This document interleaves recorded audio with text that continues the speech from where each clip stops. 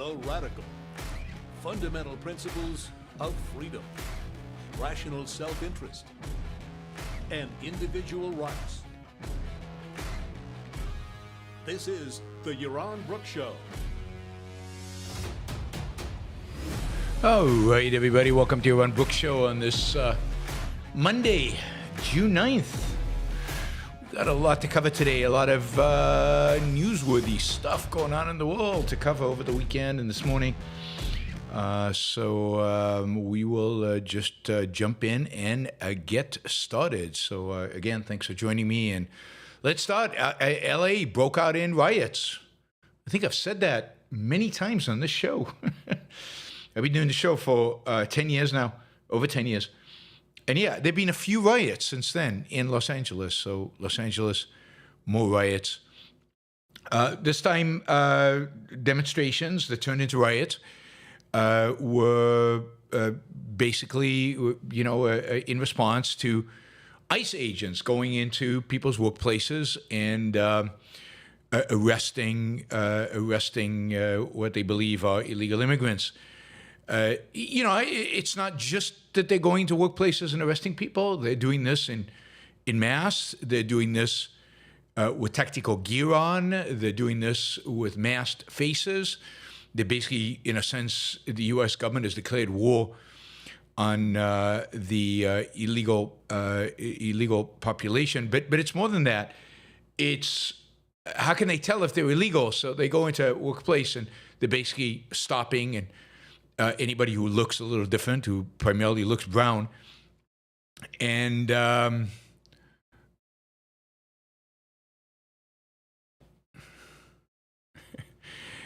and you should stop, just as an aside, and then I'll get back, and you should stop lying about my positions. I mean, I'm glad you're putting $5 behind your lies, but you should really, really listen to what I actually say and not,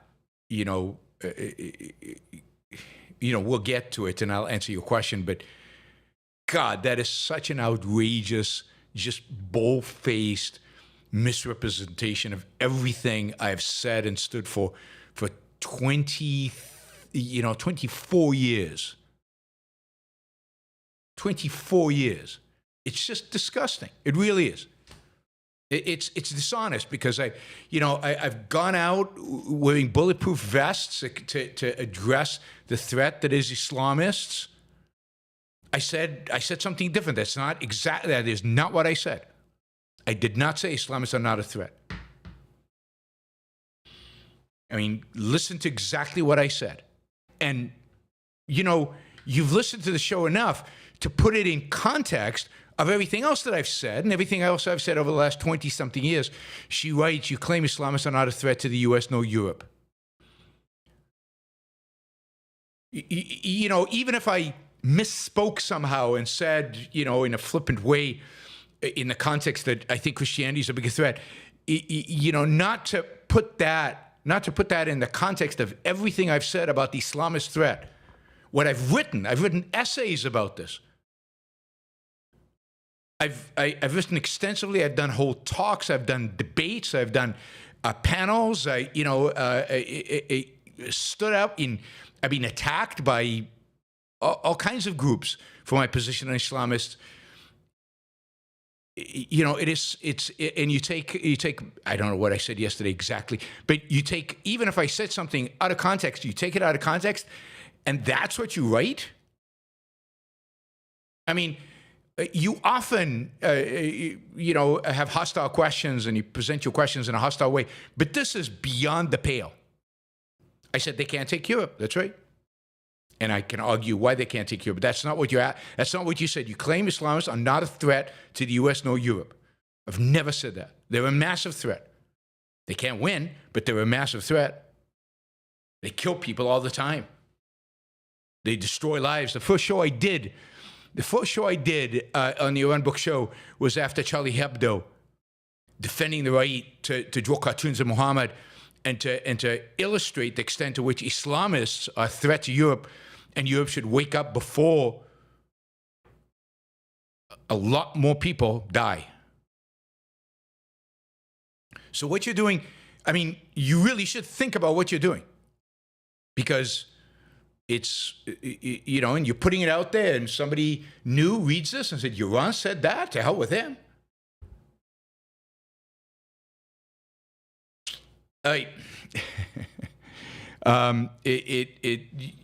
It's, God, you'd think I'd get, even a little bit of credit for the thousands, tens of thousands maybe of hours I've spent on the Islamist threat to the West and why Western civilization is threatened by Islam. But no, I said it can't win in Europe because I think the Europeans will slaughter them all. But, but that's enough to wipe out everything else I've ever said and to wipe out the context of what I said yesterday.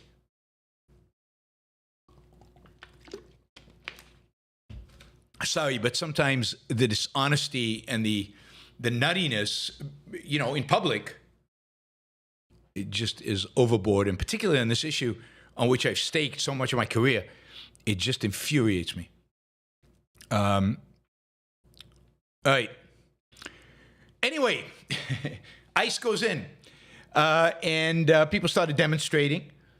As often happens at these demonstrations, the demonstrations get captured by, I think, ultimately what is a minority of kind of Antifa, anarchist, far leftists, who then start burning cars, attacking policemen, wearing kaffirs. So this turns into a pro-Hamas demonstration. Waving Mexican flags, that doesn't help, and rioting and turning it into burning cars. It is interesting the cars they chose to burn were Waymo cars, and they called them on this. They ordered a Waymo car, so a bunch of Waymo cars came to one place because a bunch of people ordered them, and then they burnt them all, which is all clearly coordinated, and so on. Anyway, police in LA County, LA City, in California, were trying to deal with this. But as riots in LA, this is again not the first riots in LA. They got out of hand over the weekend. The riots are primarily in the Hispanic community, but my guess is that most of the rioters, or put it this way, the most violent of the rioters, the most the ones wearing the kaffirs and everything, are not necessarily of the immigrant community. They are probably students at UCLA and other universities around there, and they're probably sport white brats.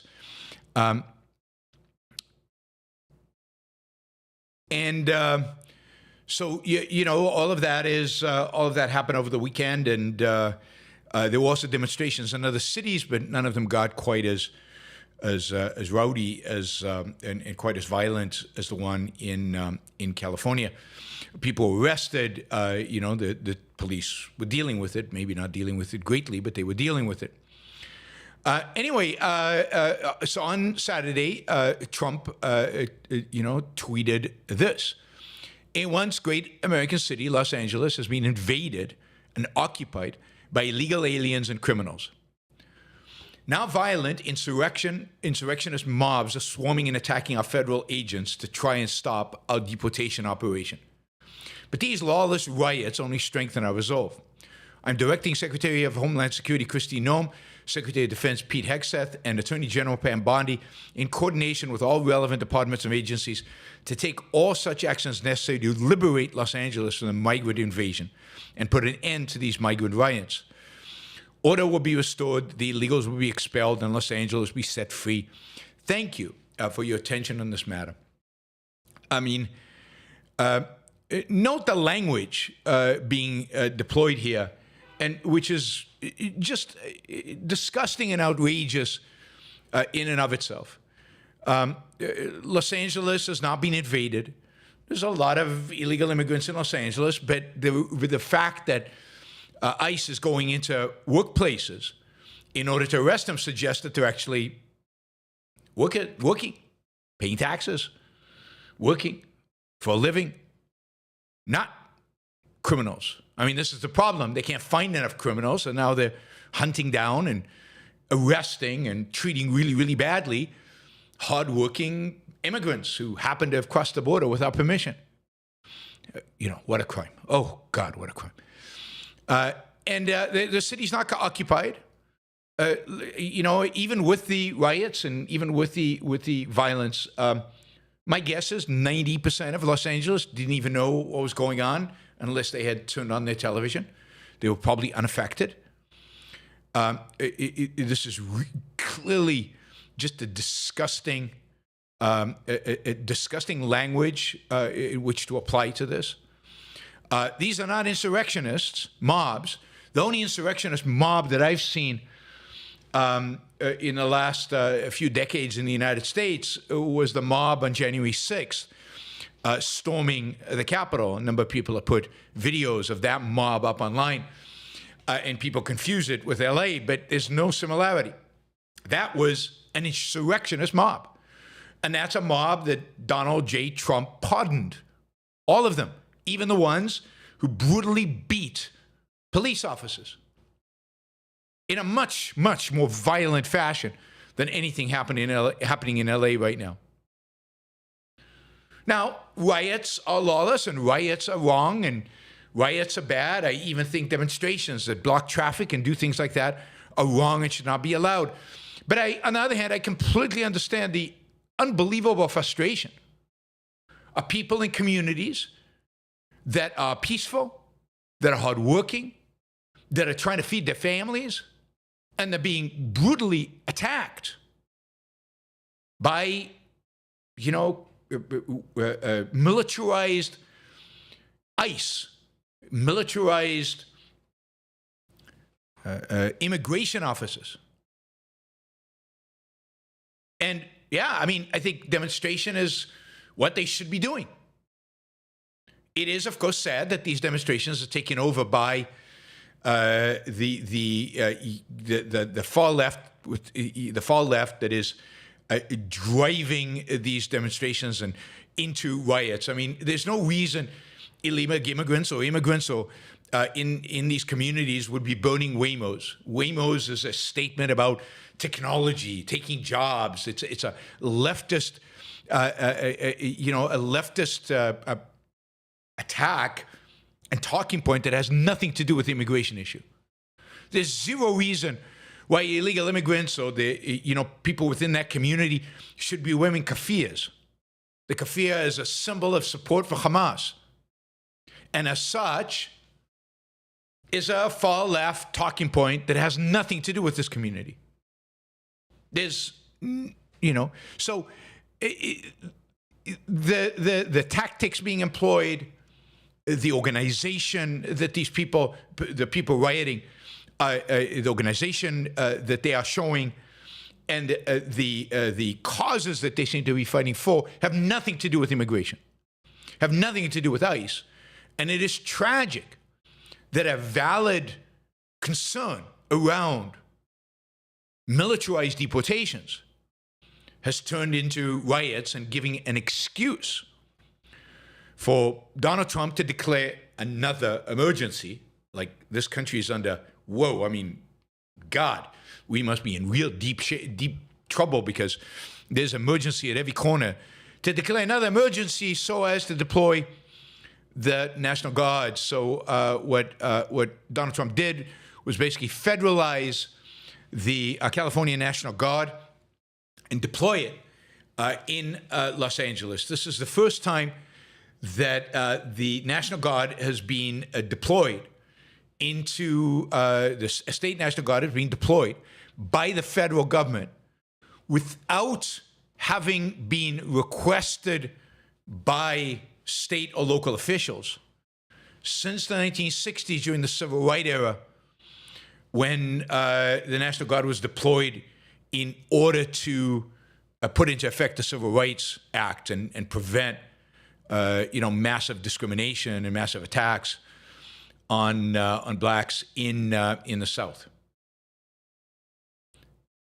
Now, by the way, that tweet that Trump put out about deploying the troops was maybe unsurprisingly retweeted with American flags by none other than Donald Trump's latest nemesis, Elon Musk, who, since Donald Trump has threatened with government contracts, retracting government contracts, threatened generally. I mean, that threat on Friday where he said, you know, if Elon Musk funds Democratic candidates, he's going to get it, or we're going to go after him, or something like that. Unbelievable. A threat to the First Amendment right of every citizen to fund whoever the hell they want. The President of the United States issued that threat. That was way underreported, way under. I mean, he does so many horrific things, this president, that it's hard to keep track of all the bad things that he does. That was one of the worst. Going after Musk. If you dare to fund Democrats in the next election cycle, we're coming after you. When, you know, there are legit contracts that the government has with Elon Musk companies. Well, Elon Musk took the threat seriously, and many of the tweets that he put up attacking Trump and claiming a connection between Trump and Epstein and things like that have been deleted. They're no longer online, and now he's retweeting positively Trump tweets, trying to get back in good favors, says not to be attacked by his own government.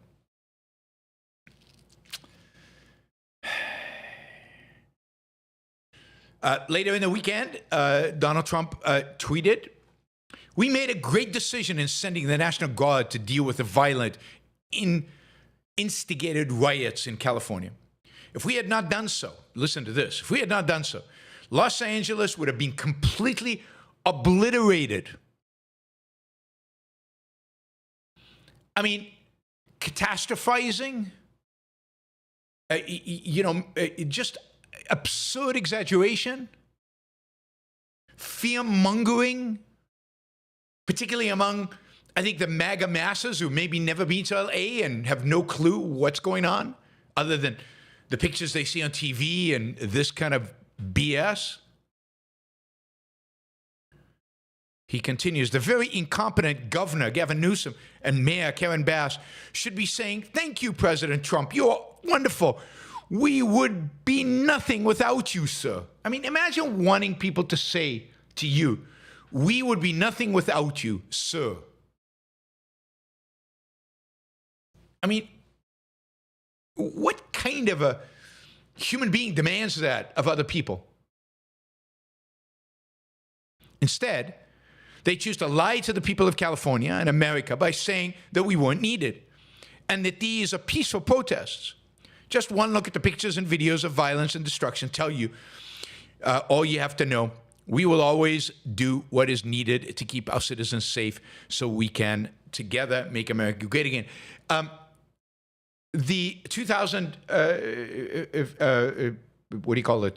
National Guards who were deployed were not in the streets yesterday. They were protecting, and they were deployed in several federal facilities around LA.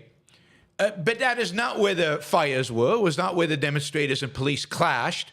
Indeed, if anybody was holding the demonstrators back and preventing them from completely obliterating the city of Los Angeles, God, it was California and LA police, not the troops that Donald Trump deployed. And yet, I mean, he can get away with this. This is the thing. Politically, he can get away with it. He can write, "If not for me, Los Angeles would have been completely obliterated." And people are going to go, "Whoa, what a president. So tough. He's so good."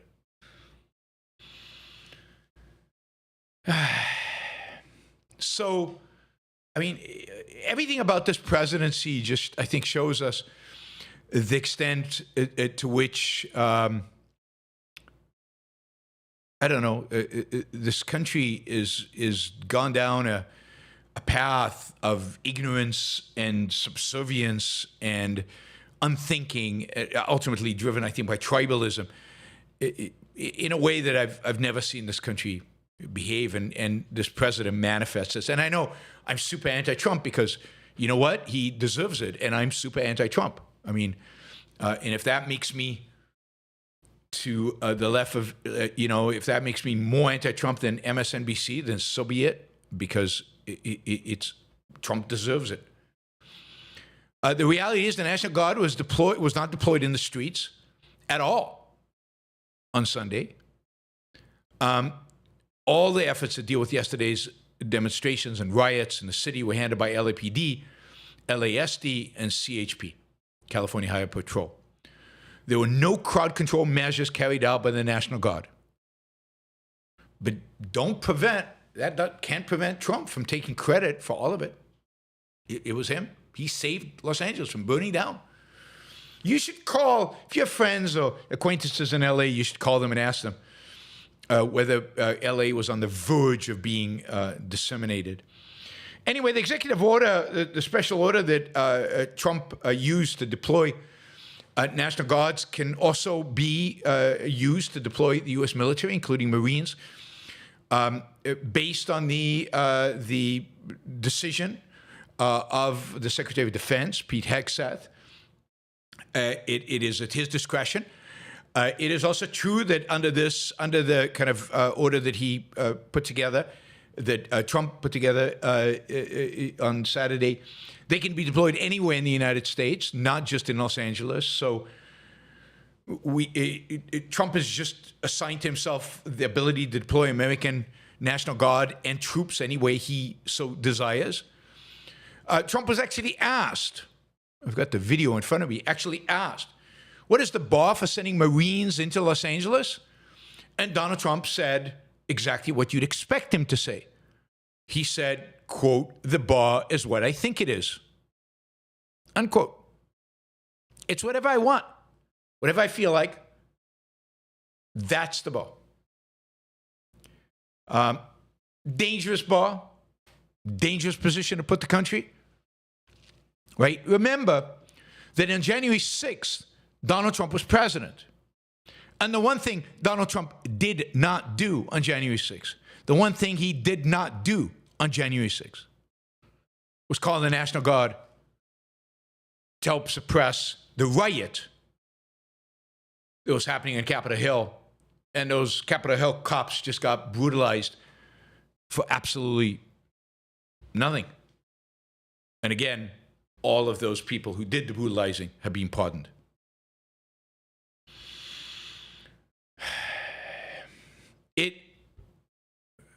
Horrific. It turns out that in terms of escalating these protests into more violent, it is federal immigration authorities, ICE, that first used violence, i.e. flashbang grenades and pepper spray on people who were protesting employees' arrests. After this, hundreds rallied outside the Los Angeles federal building to condemn the crackdown, demand the release of service employees, union members, the union president, I guess, that had been arrested while he was documenting a raid.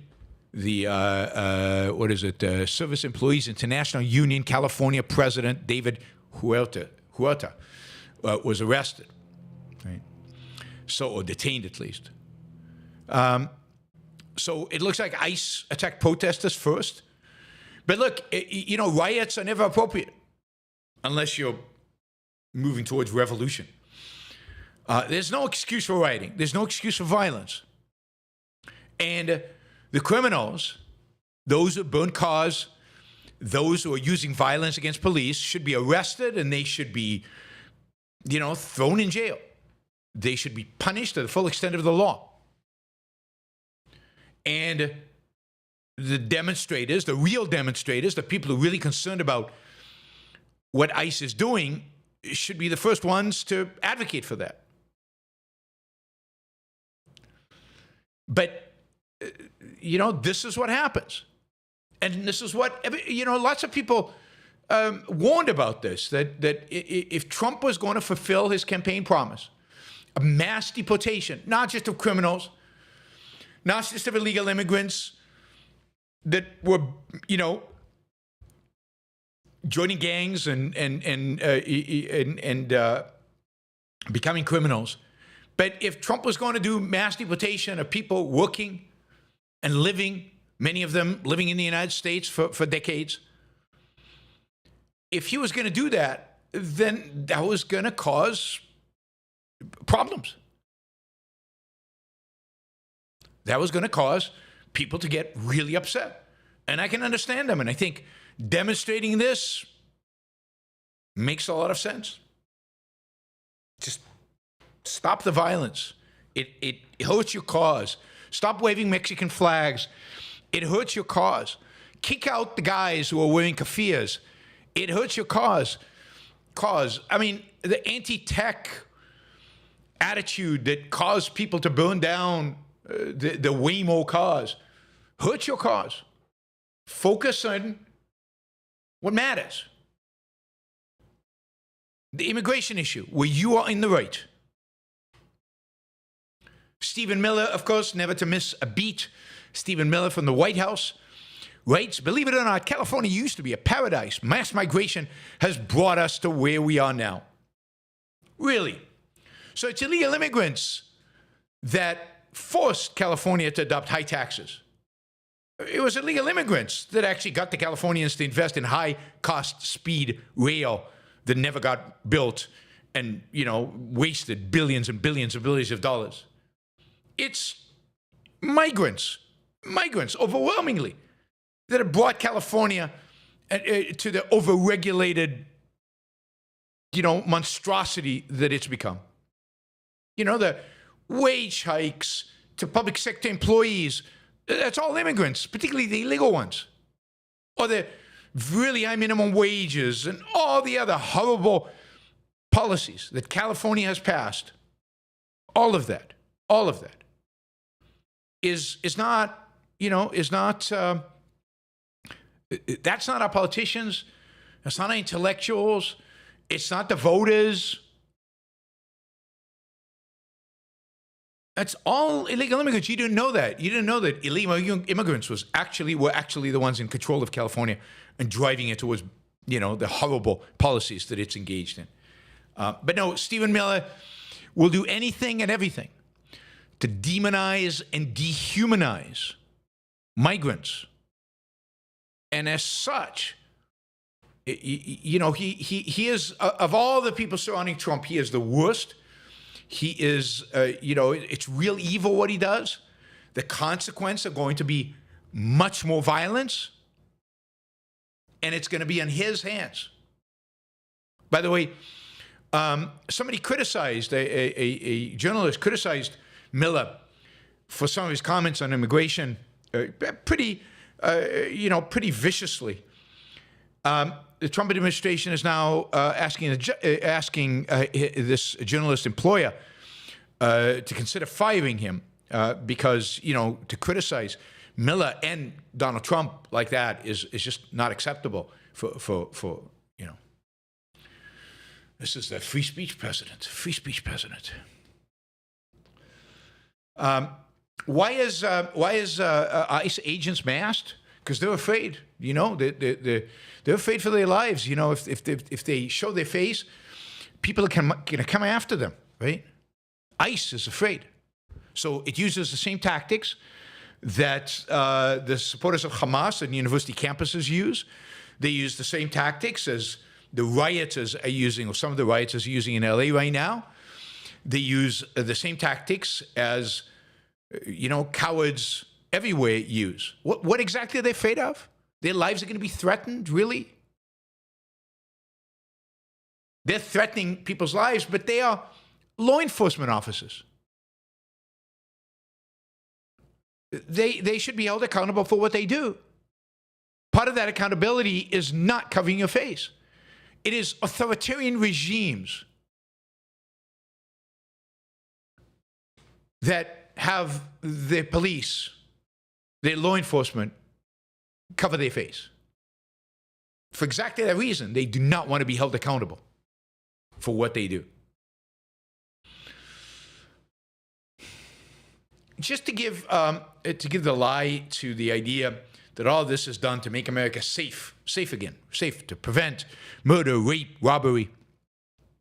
If you look at the amount of money the United States spends on immigration and border enforcement, as compared to how much the federal government, granted, not state and local government. But federal government spends on catching crooks. FBI, Secret Service, DEA, DOJ, DHS, ATF, IRS, all law enforcement. All of that together is a fraction of what the government spends on immigration and border enforcement. We spend close to $35 billion on immigration and border enforcement, much less than that on all these others together, combined.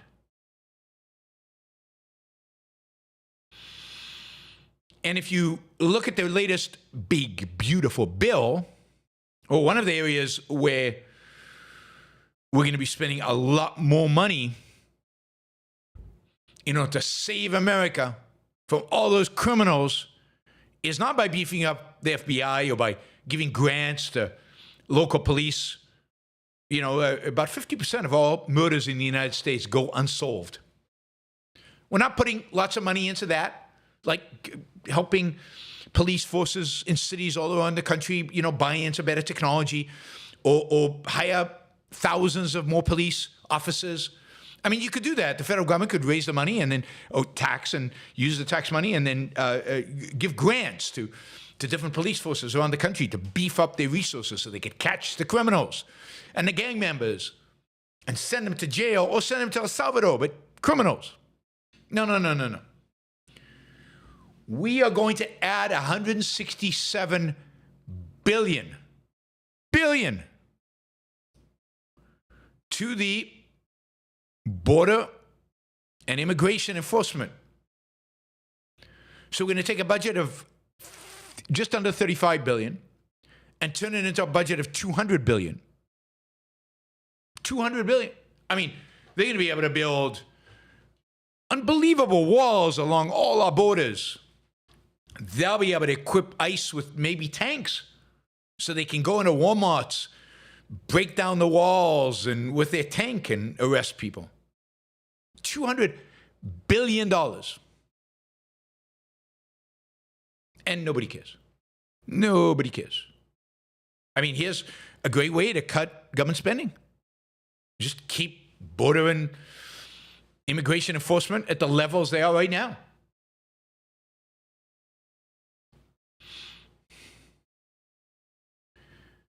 So there you go. $200 billion.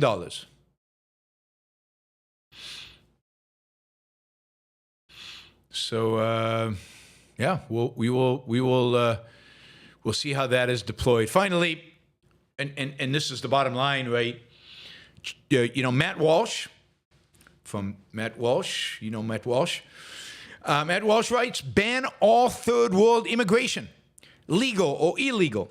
There should be a moratorium on all immigration from the third world. We've reached our capacity. We cannot be the world's soup kitchen anymore. That's right, because they come here and they go to soup kitchens. They don't work. They just exploit us and they steal from us and they take us and they depend on charity. And notice that just the third world. We don't want. I wonder. Here's a question for Matt Walsh and for Charlie Cook, as we'll see. I wonder. Does South Africa count as third world? Well, probably if you're black.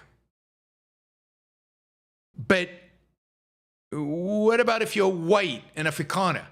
Does it count as third world? Do we not want them? Oh, no, they're fine. They're good.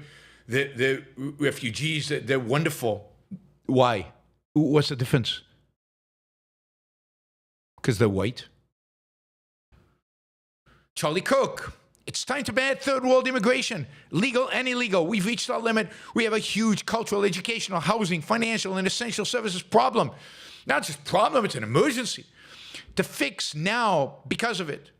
So all the problems we have, culture, education, housing, finance, essential services, all the problems that we have in America today, they're all the fault of immigrants. Did you know that? And not just any immigrants. They're all the fault of third world immigrants. Really. Our educational problem is a third world immigrant problem. Really. Housing? It has nothing to do with how many houses we build, zoning, I don't know, Freddie and Fannie. lots of other distortions to the housing market. No. It's those immigrants. They're taking our houses. Financial problem, all the debt that the United States has accumulated, the massive debt, that's an immigration problem. How much of that money is spent on immigration? Well, very little. Now it's going to be $200 billion on preventing it. But what are we talking about? See, this is the thing about modern conservatives or modern rightists. They used to be for personal responsibility. Now it's all about for playing the victim and blaming the other, like all little, at the end of the day, little fascists blame the other. It's not our fault. We didn't do it. We our ideas are perfect. We would have run a government wonderfully. We would have created the best educational system in the world.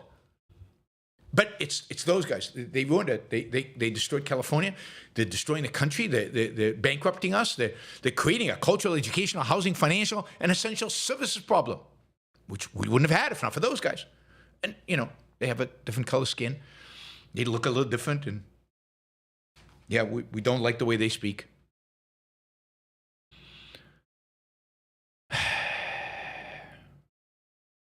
Charlie continues and he says, we need a net zero immigration moratorium with a ban on all third worlders. So he wants net zero migration into this country.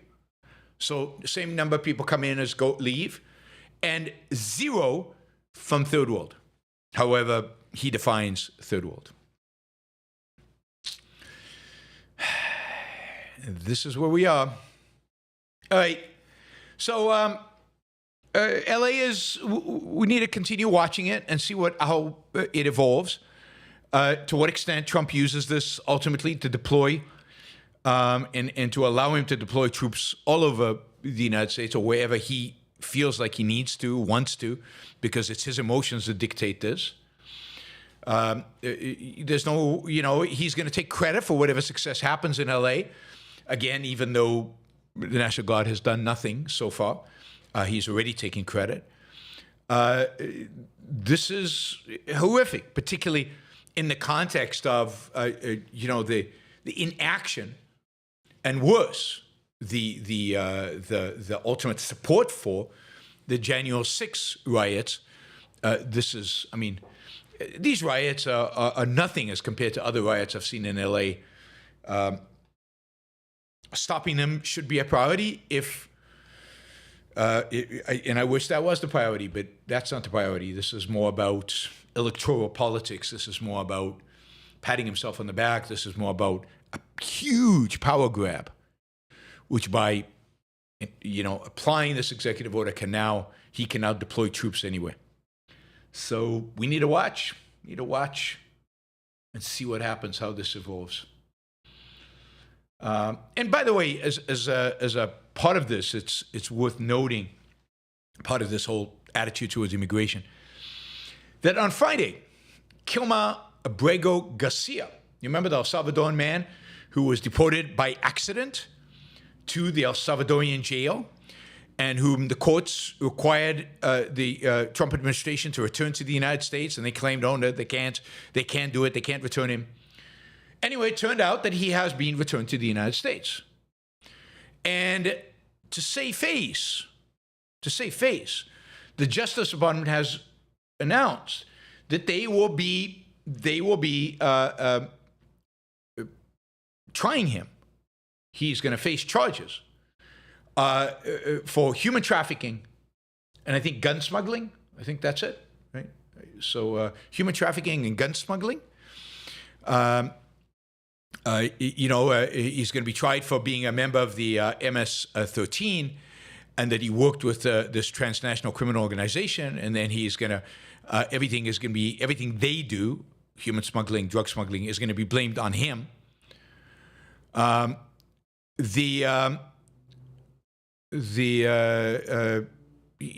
is just it's kind of kind of crazy.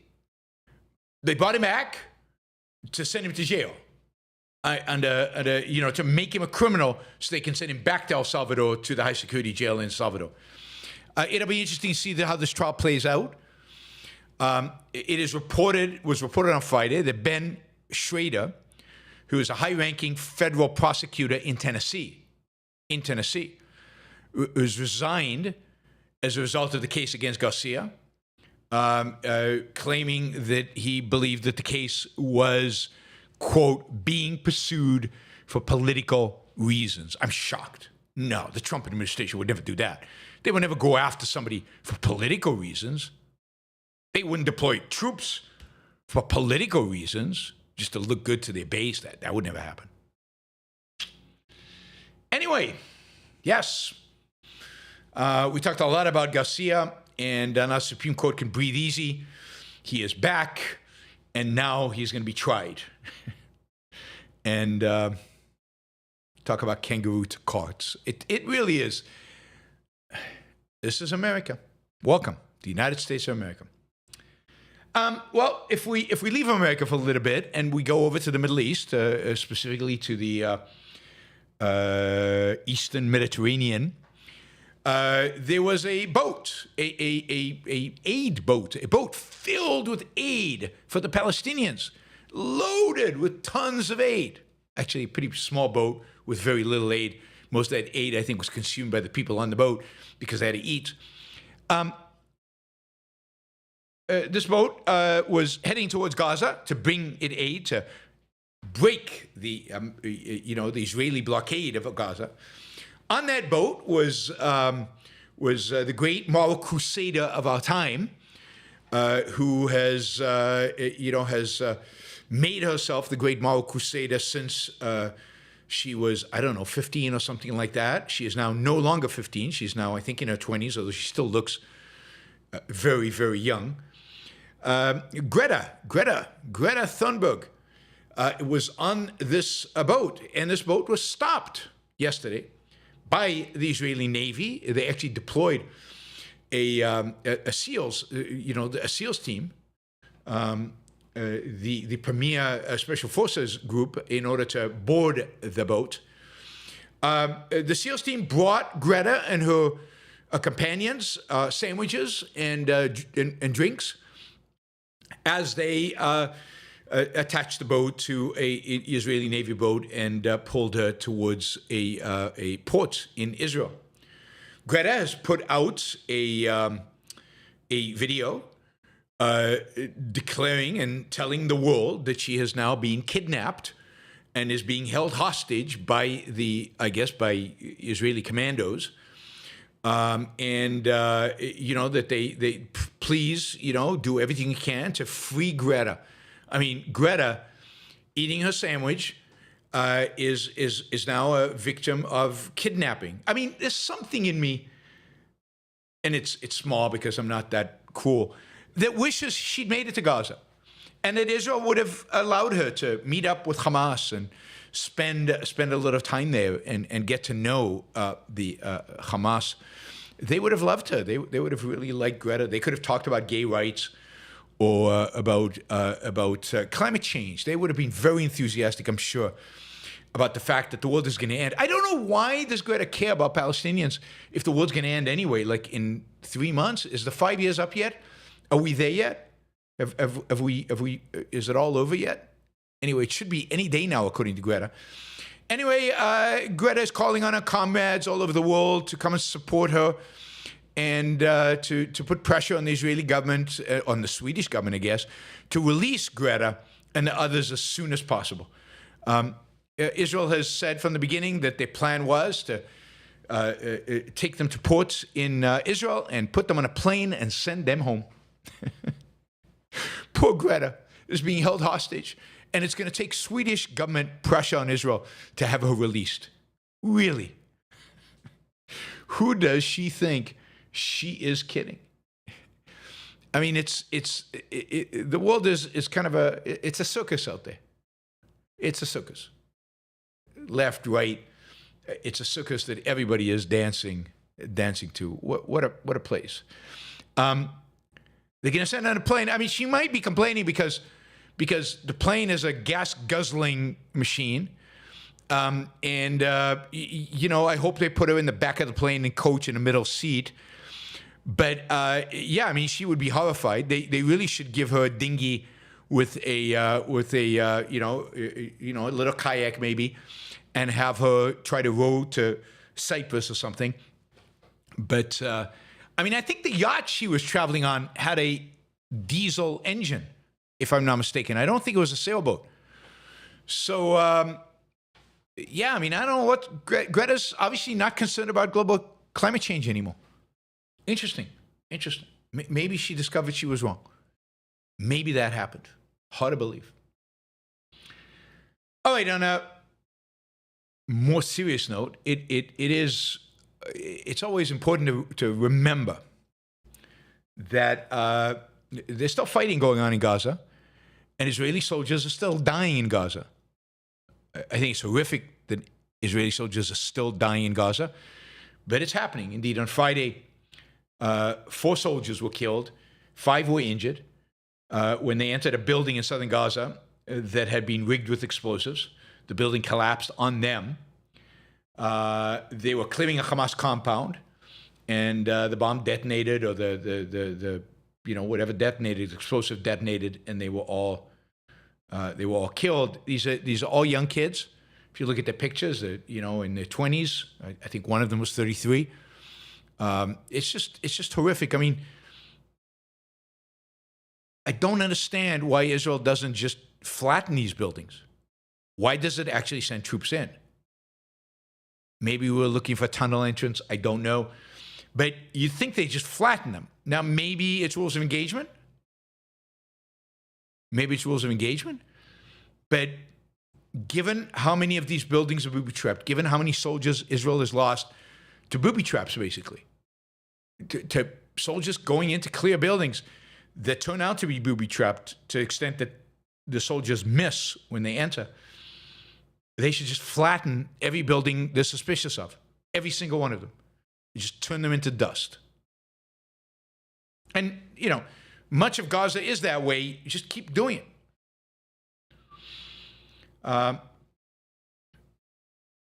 This is sad and depressing. This war should have been over a long time ago. Israel should have been in full control of Gaza a long time ago. They should be fully occupying Gaza by now. Also, all the shootings that we keep hearing about of Gazan civilians on the way to getting aid, all of that should not exist, because if Israel basically controlled the territory, it wouldn't exist. All of that is a consequence of the fact that Israel doesn't control it, and Hamas is still able to function in vast portions of the Gaza Strip, and is doing everything that they can to prevent Gazans from getting aid, from Israel and this nonprofit that's being set up to provide the aid to them. All right, what do we want to talk about now?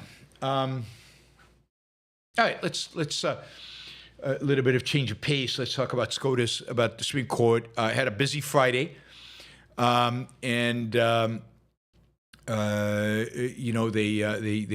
had a number of rulings and a number of non-rulings. One of the things that happened on Friday is that the court refused to take up a Second Amendment case, which was a little surprising. It was a Second Amendment challenge to Maryland's ban on AR-15s. So AR-15s, semi-automatic rifles that are pretty popular out there, and this could have been an opportunity for the court to actually rule that states cannot regulate AR-15s if that is what they believe. There were 3 dissenters, Thomas and Alito and Gorsuch, all wanted the court to hear the case. But the majority ruled that they would not.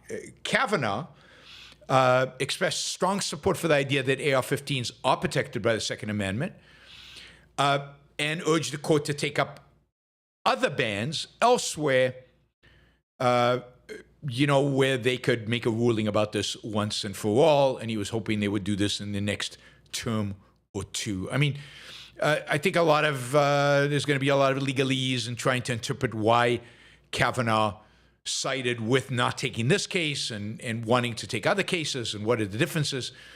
I think some of those are subtle, but I think that there's probably a majority in the court, or at least clearly 4 members, and then it will depend on the specifics to get the 5th, to declare unconstitutional bans on rifles like AR-15. But for now, the Maryland ban on AR-15s stands. On Thursday, the court had 3 unanimous decisions. 3 unanimous decisions, all penned, all written by the, let's say, left-leaning members of the court. And all interesting in the sense that they were unanimous, and again, in the sense that they were written and penned by those on the left. You had Ames versus Ohio Department of Youth Services, where Justice Jackson wrote for the court in holding that the Sixth Circuit had erred by subjecting a straight female plaintiff to a higher standard for making out a Title VII workplace discrimination claim based upon sexual orientation.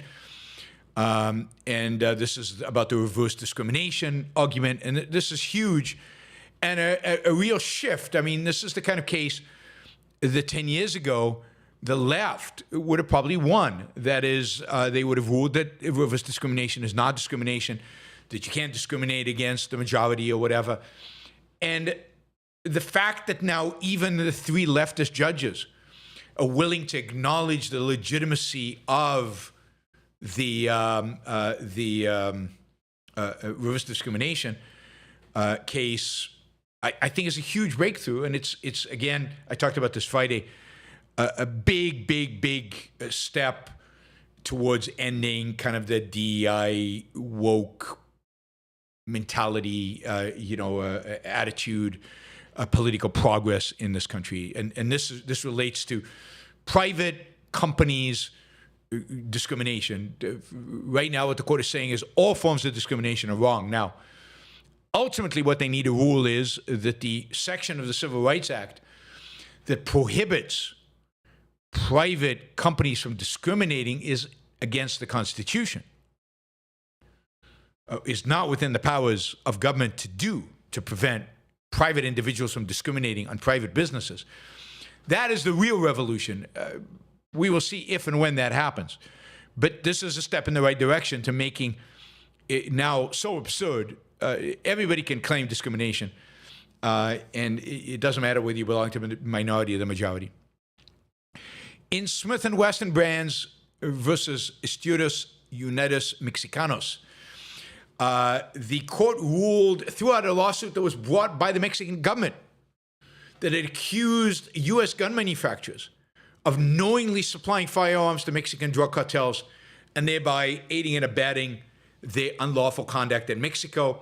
This decision was written by Justice Kagan, who basically was not willing to extend, if you will, the responsibility, the fact that these guns were produced by Smith & Wesson and others did not place them in a position of reliability vis-a-vis them being smuggled into Mexico for the use by the cartels.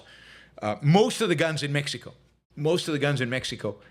that are used by the cartels supposedly arrive from the United States, are smuggled into Mexico from the United States. As fentanyl comes from, and people come from Mexico to the U.S., the traffic in the other direction is primarily that of guns. And this was, again, Justice Kagan ruling on this, again, I think a correct ruling.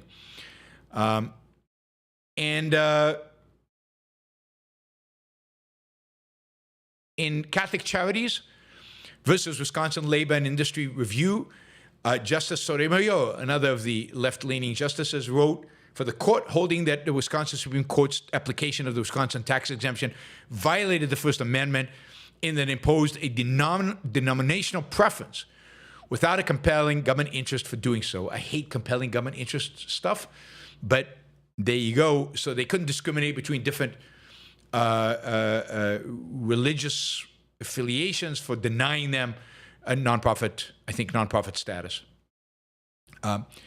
It's interesting that they're all unanimous. It's interesting that the Chief Justice let the three liberal justices write the opinions. I think that makes them have broader applicability.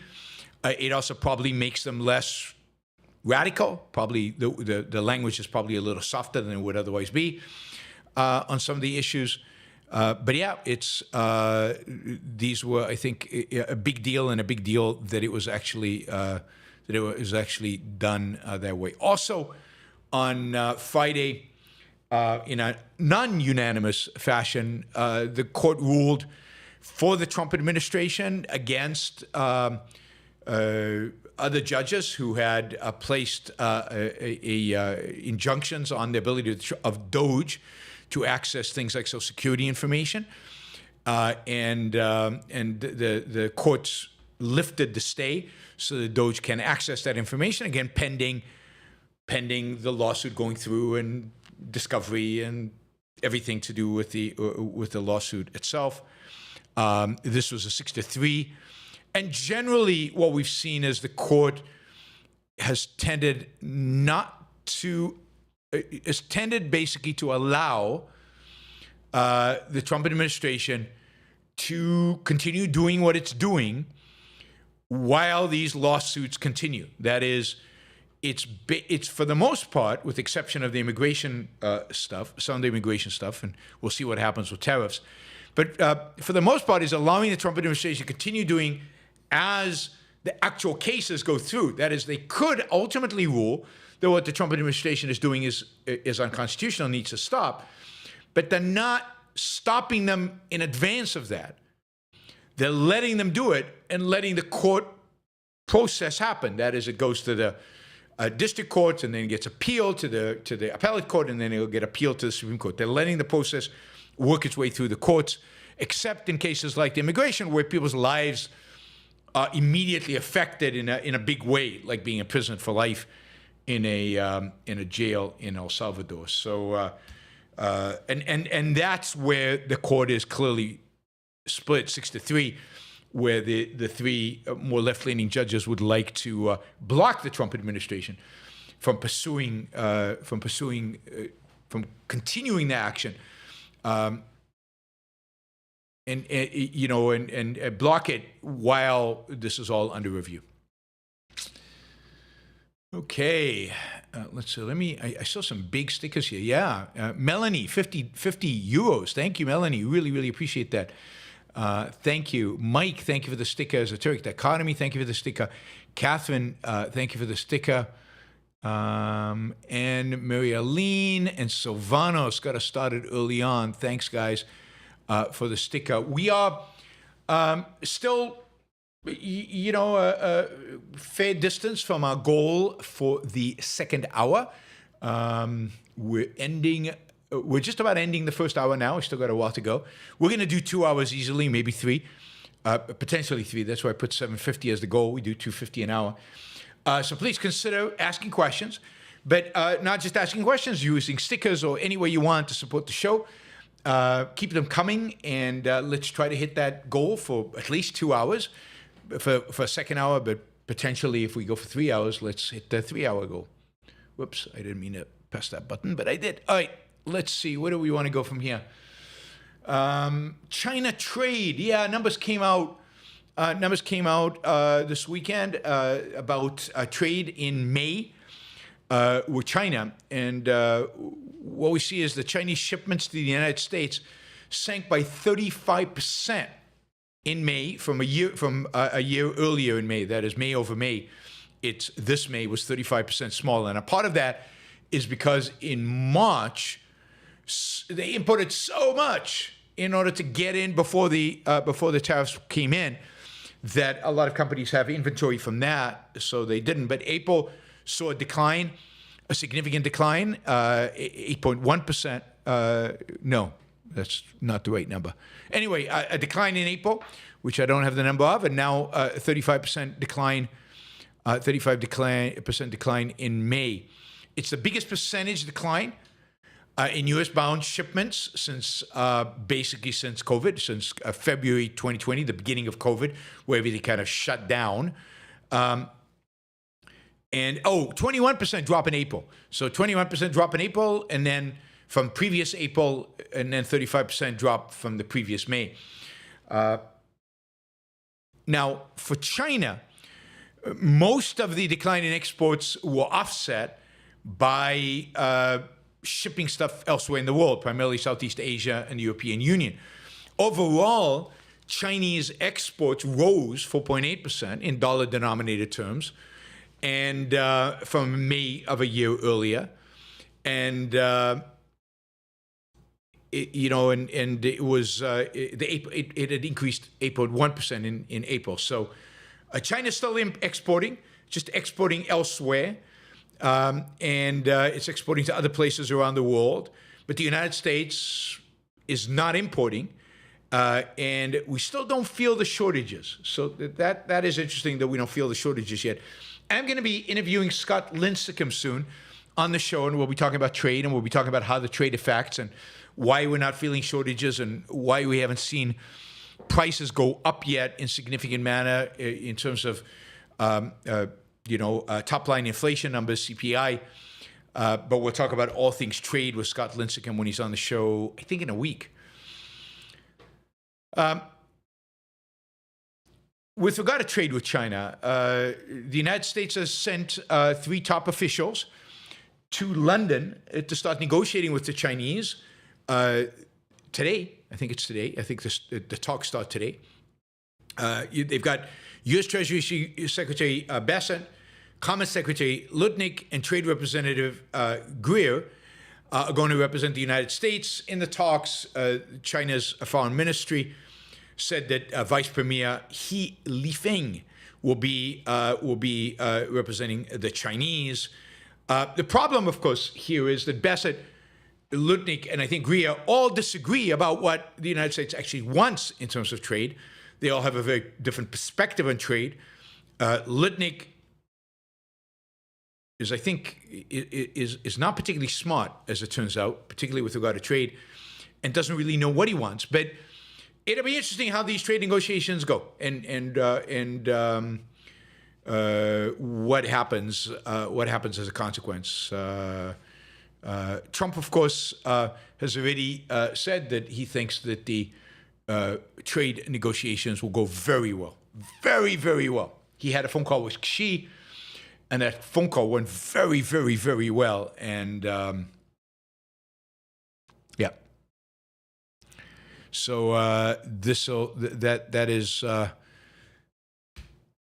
We'll follow the trade negotiations in London with the Chinese, and we'll follow the consequence of the tariffs so far on the United States. Again, with an interview with Scott Lincecum. And Scott is coming. When is Scott? Let me just check this. I've got a couple of interviews coming up. Scott is next Monday the 16th at 8 p.m. East Coast time. 8, it's late. Maybe we'll shift that to 7. And then the week after that, but this is early. I'm not sure why it's so early in the day. We've got an interview with Norbert Michel, who's got a new book out on tariffs, regulations, and Trump. That would be, I mean, he's really good on financial regulations and other issues. So it'll be interesting to get his perspective on what's going on. You can ask him about all the deregulation we're expecting from the Trump administration. All right, let's see. Let's see, what else? China trade. Oh, I want to show you this graph. There's not a lot to say. I just want to show you the graph. It's a cool graph. And I just want you to just let it sink in. I want you to just contemplate this for just a few minutes, a few seconds, because I'm not going to have it on that long. Let it sink in. And I'll show it to you every few months just to remind you, because just to counter the narrative of both left and right in the world out there, on the world out there. This graph shows the percent of U.S. household by total money income in constant dollars, 2023 dollars, so it's all adjusted for inflation, from 1967 to 2023. And we're told how terrible income has been for American households during that period. But what you actually look, when you adjust for taxes, redistribution, so money you get from the government, when you take into account everything that's relevant for the actual amount of money that households have, what you see first and foremost is the number of households with $100,000 or more is way up. It's not even close. Way up. It's not quite triple. It's 2.5 times, right? From 13.1% in 1967 to 40.9% in 2023. 40.9% of U.S. households today earn over $100,000 or more. So, yes, what this looks like is the middle class is shrinking. It used to be 54%, and now it's 38%. All of that is a consequence of the fact that high-income Americans, call them rich, 100,000 doesn't strike me as rich, but high-income, non-middle, high-income Americans, that percentage has increased dramatically. And if you look at the low income, 35,000 or less, now again, this is driven to some extent by redistribution, but this is, the money people have is actually gone from 32% to 21%. So the rich are getting, the number of rich people is increasing dramatically, and they're working for it, and they're being taxed for it. And in spite of all the taxes, that group just keeps on increasing. So the after-tax income, that group keeps increasing. And the group the money is being redistributed to, and this is healthy, is actually shrinking. So this is a good thing. This is a good thing. Now, people are going to say this is household income.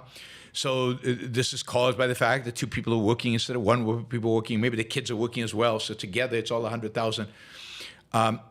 This doesn't take into account the fact also that 100,000 buys you, in many respects, a lot more because of tech than it did back then. And, everything else. Standard of living is much higher and everything else.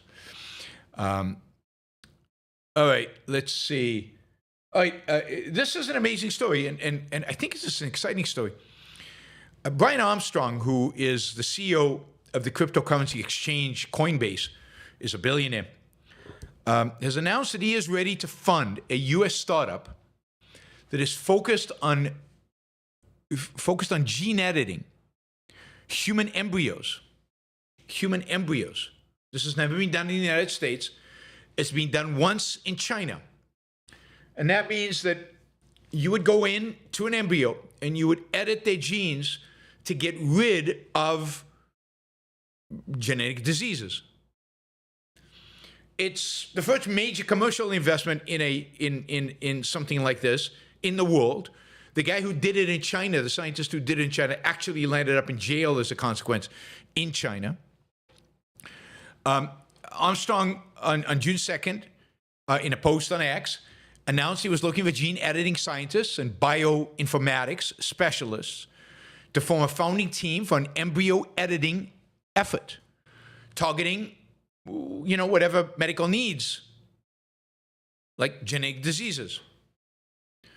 He said, I think the time is right for the defining company in the U.S. to be built in this area. Now, this is pretty amazing. It could revolutionize, our fighting diseases. People will also claim, now you can add the G's to increase IQ or to change the color of the eyes or the color of the hair or whatever. Sure, and who cares?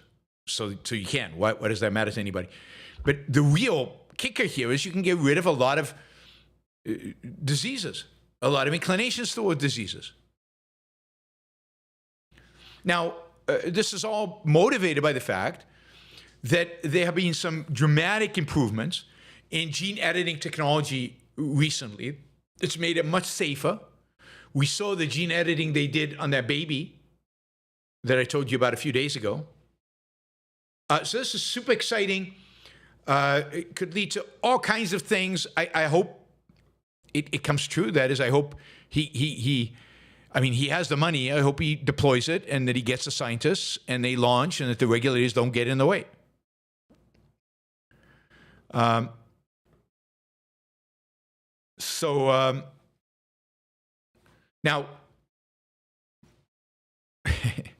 just last week, just to give you a sense of, he's swimming against the current probably.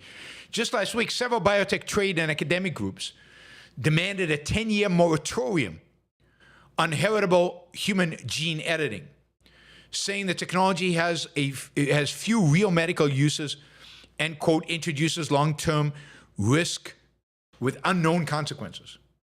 They said the ability to program desired traits or eliminate bad ones risked a new form of eugenics, one that would have the effect of potentially altering the course of evolution. Yeah. I mean, human beings, the whole point of human beings is to alter the course of evolution. What's the point otherwise? To take away the risk element, to take away the uncertainty, and to bring science. So, it'll be interesting. Suppose the Armstrong has $10 billion. He has a lot of money to deploy to something like this. Previously, Armstrong has co-founded a company called New Limit, which is a life extension venture, and which this year raised $130 additional million to explore methods to reprogram old cells into embryonic-like states. So this is like stem cells, to create stem cells. So, I mean, yeah, this is cool stuff. All good stuff, but there's a lot of people who don't like it. A lot of bioethicists don't like it. And of course, there's the, so it's going to be interesting to watch. It's exciting. It's super positive. This is the frontier of science right now, at least in biology. The ability to gene edit. As far as we know, the modification of the genome in the twins that were done in China went fine, and so they cannot get HIV if I understood that right. They changed the gene that makes them susceptible to AIDS, and I think that's right. And supposedly the twins are healthy and fine, but we now have the tech. The tech is only getting better. In 5 years, it'll be better than it is today. And this is going to happen. It'll be great if a U.S. Company got started to really find ways to capitalize this in the most effective way possible. And hopefully regulators stay out of its way and let them do their thing. And we will see. There's going to be, as I said, there's going to be a lot of conflict and a lot of backlash, both from the left and from the right, over this. All right, let's see. I like this quote. This is just a few things, tidbits at the end here. In the 1950s, Eisenhower was asked if the United States should have a military parade to show off its might. And this is a quote from Eisenhower. Quote, "Absolutely not. We are the preeminent power on earth. For us to try and imitate what the Soviets are doing in Red Square would make us look weak." Just leaving it out there as the day of the parade gets closer and closer. All right, we'll end with that. And we don't need this. And we're going to move that there. All right, reminder that if you want to ask me a question about anything, really, I take questions about anything, amazingly. You can do so in the super chat, and we're chugging away. We're cutting away at the deficit, so we're getting very close to our 2-hour goal.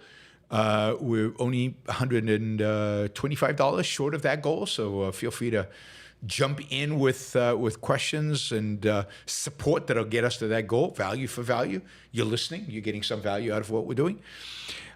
You can do that in the Super Chat feature in YouTube. If you're on Twitter, you can't do that. If you're on Twitter and elsewhere, or if you're watching after the fact, please consider supporting the show on Patreon, patreon.com. Just put your Yaron Brook show.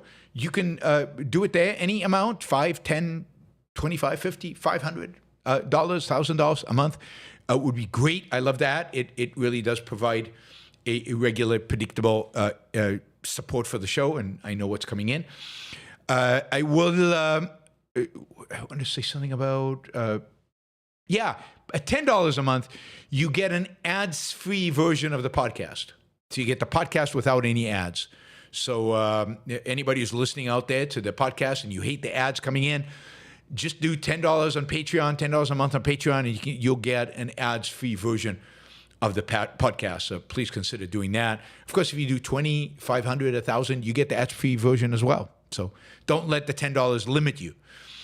And what else did I want to say? Yes, I want to remind you all of our sponsors, the Ayn Rand Institute. You've still got, 7 more days, a week exactly, to register for OCON if you want to be there live in person. You can get it's an amazing event. You go to OCON 2025 Boston and you can see the program. It's a fantastic program. It's going to be a lot of fun, both intellectually and socially. You can get a discount if you listen to your Yaron Brook show. Just put in there's a discount code place when you register. 25 YBS 10. That's a 10% discount. 25 YBS 10. And to find the links and everything, just go to AynRand.org/start here. AynRand.org/start here. And you will find the link there to register for OCON and use.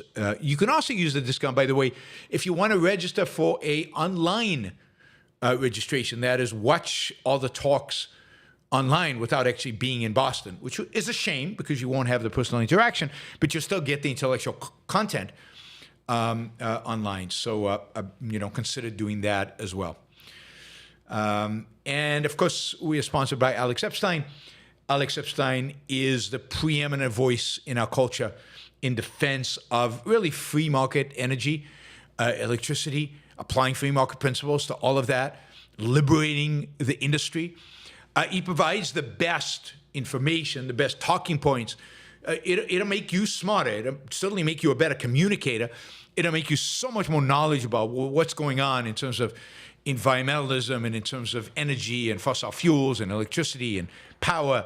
And what the latest, what's the latest with the big, beautiful bill in terms of reducing subsidies for solar and wind, and what else we can expect from the Trump administration in terms of deregulating the industry. So, go ahead and sign up at alexepstein.substack.com. So don't forget Patreon.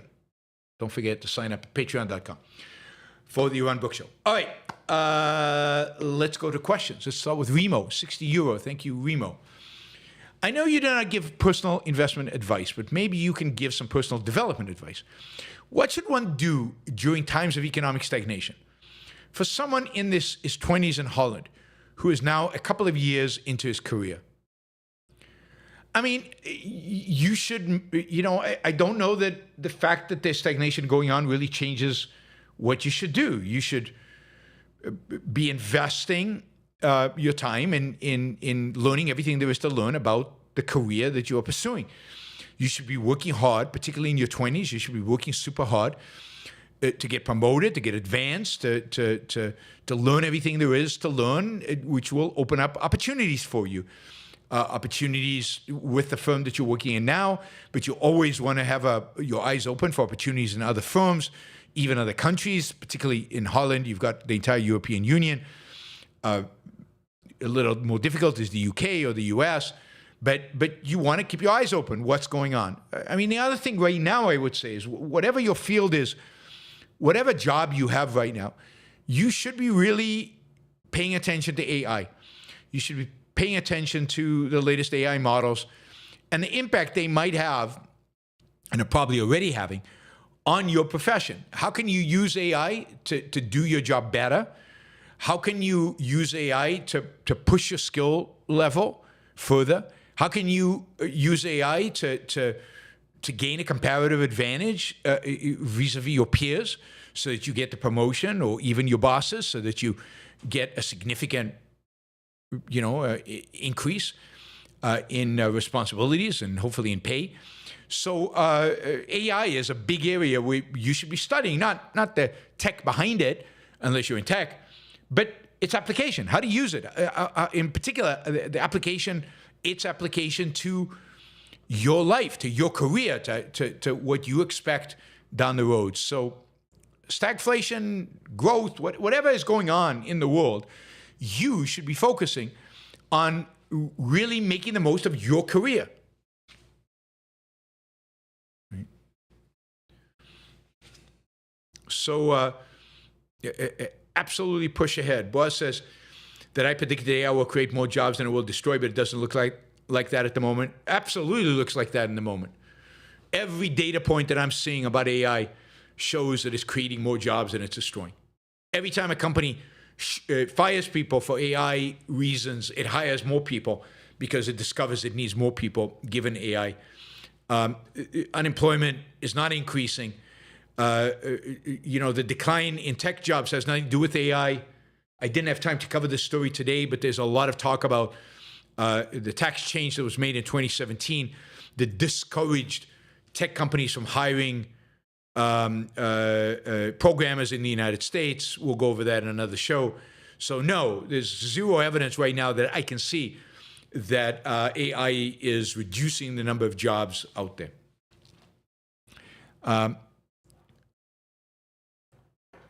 So I'm trying to think of what else you could do, personal development. Yeah, I mean, just push. Don't let the fact that there's stagnation or economic slowness out there affect how you view your career and how aggressively you pursue it. Wes, thank you for the sticker. Really appreciate that. $50. That is great. And let's see. Lucinda, thank you for the sticker. And Melanie, I already thanked you, but 50 euros, so it's worth thanking you again. Thank you guys for all the support. So we are now $65 away from reaching our second hour goal. We've got 40 minutes to reach there, so we've got plenty of time, but a few $20 questions would make three $20 questions, and we're there right off the bat. So please consider asking a question and using $20 for it. But stickers are, load up on stickers, 99 cents. Stickers also help. If everybody did 99 cents, we'd get all of that money. So 99 cents, $2, $5, $10, $20, any amount. All right, Rational IP. Another 60 euro. Thank you, Rational IP. Just listen to the Ayn Rand interview with Michael R. Jackson on Ayn Rand ARI's channel. It is admirable to hear Rand answer the questions with such knowledge and conviction. We need voices of reason now more than ever. Keep up the fight for individualism.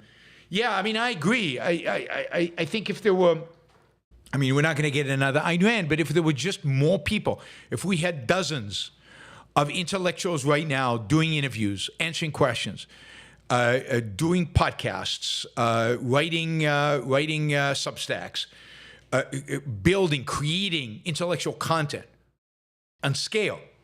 If we had dozens, I'm not even saying hundreds or thousands, we would win, because there's just the ideas out there. The ideas market is pretty thin.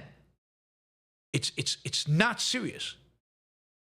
We have huge comparative advantages, and I have to say, I'm encouraged. I think you're going to see a number of new Substacks starting up in the next few weeks, months, certainly years. You're going to see more YouTube channels of objectivist intellectuals. I'll try to have them on the show so to make you aware of them. I just saw one on education that went up that looks really, really interesting, really, really fascinating, both in privatizing education, but also on just education. So we're going to get that out there. We're going to get more voices, and we need more voices. And then as they produce more content, as they get more out there, they'll be doing more interviews. And there will be more and more and more, I think, content and more people exposed to it, and we will start accelerating our growth. Thank you, Lucinda. And yeah, you guys should do what Lucinda does, $1.99 or €1.99, and as a sticker. Michael, this Gestapo has got to stop. I'm proud of the people in LA who stood up. We have to do this everywhere. We have to let this administration know that peaceful workers in the United States should not be treated as criminals. I agree with you completely. I wish the people in LA had restrained themselves and stuck to protesting rather than engaging in violence. Even if it turns out I started the violence, they should not retaliate with violence. I think one of the great virtues of the civil rights movement was its ability to use protest and civil disobedience to get its cause heard and to get real change enacted without resorting to violence. This is a movement. Unfortunately, the people, there are lots of groups on the far left, and of course, lots of groups on the far right that are committed to violence, that do not want that, that are motivated by nihilism more than anything else. But hopefully, this anti-deportation, anti-immigration movement can be a peaceful movement, can be large, can be significant, and we can see large demonstrations out in American streets, objecting to what this administration is doing. Roland, 10 Swiss francs. Thank you.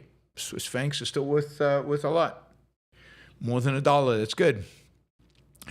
Vikram, I read that EV industry in China is in serious trouble. BYD and others are discounting their cars, and it's become a race to the bottom. Your thoughts? Yeah, I mean, I'm not surprised. I think there are a number of factors there. One is that, again, much production in China is motivated politically and funded by the government and manipulated by the government, so that you're going to have distortions in the market. I think second, whenever you get a new industry, even when it's in a relatively free market, you're going to get for a while what's called overcapacity, a lot of people jumping in and trying to make, and in the EV market in China is certainly at that point where there's just a lot of companies making lots of different electric vehicles, and there's just not that much demand for all the different types of vehicles. And ultimately, some of those companies are going to have to go out of business. And, some of those companies there'll be some consolidation in the market. That's what happened. Think about how many auto companies were in the United States in the 19-teens or in the 20s. There were dozens of them. Ultimately, they'll get consolidated. Some will go out of business. And the strongest automobile electric vehicle manufacturers in China will be the ones who survive, and they will be the ones who thrive in the end. I also think that, look, the tariffs and generally the attitude against trade is a problem for the Chinese electric vehicle markets. They would like to be able to export a lot of vehicles. They're almost completely blocked from exporting electric vehicles to the United States. So we in the U.S. are denying ourselves access to amazing technology that is very, very cheap. I mean, these cars are really good cars. The BYD cars are really good, and they're much cheaper than Teslas. Now, I don't know that we want electric cars to begin with, but the reality is that the market should decide that, not our politicians in Washington should decide it. So,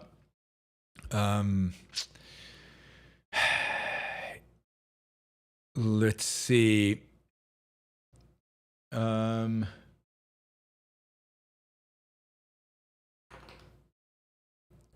So it's a natural phenomena, what's going on in China, and it's made.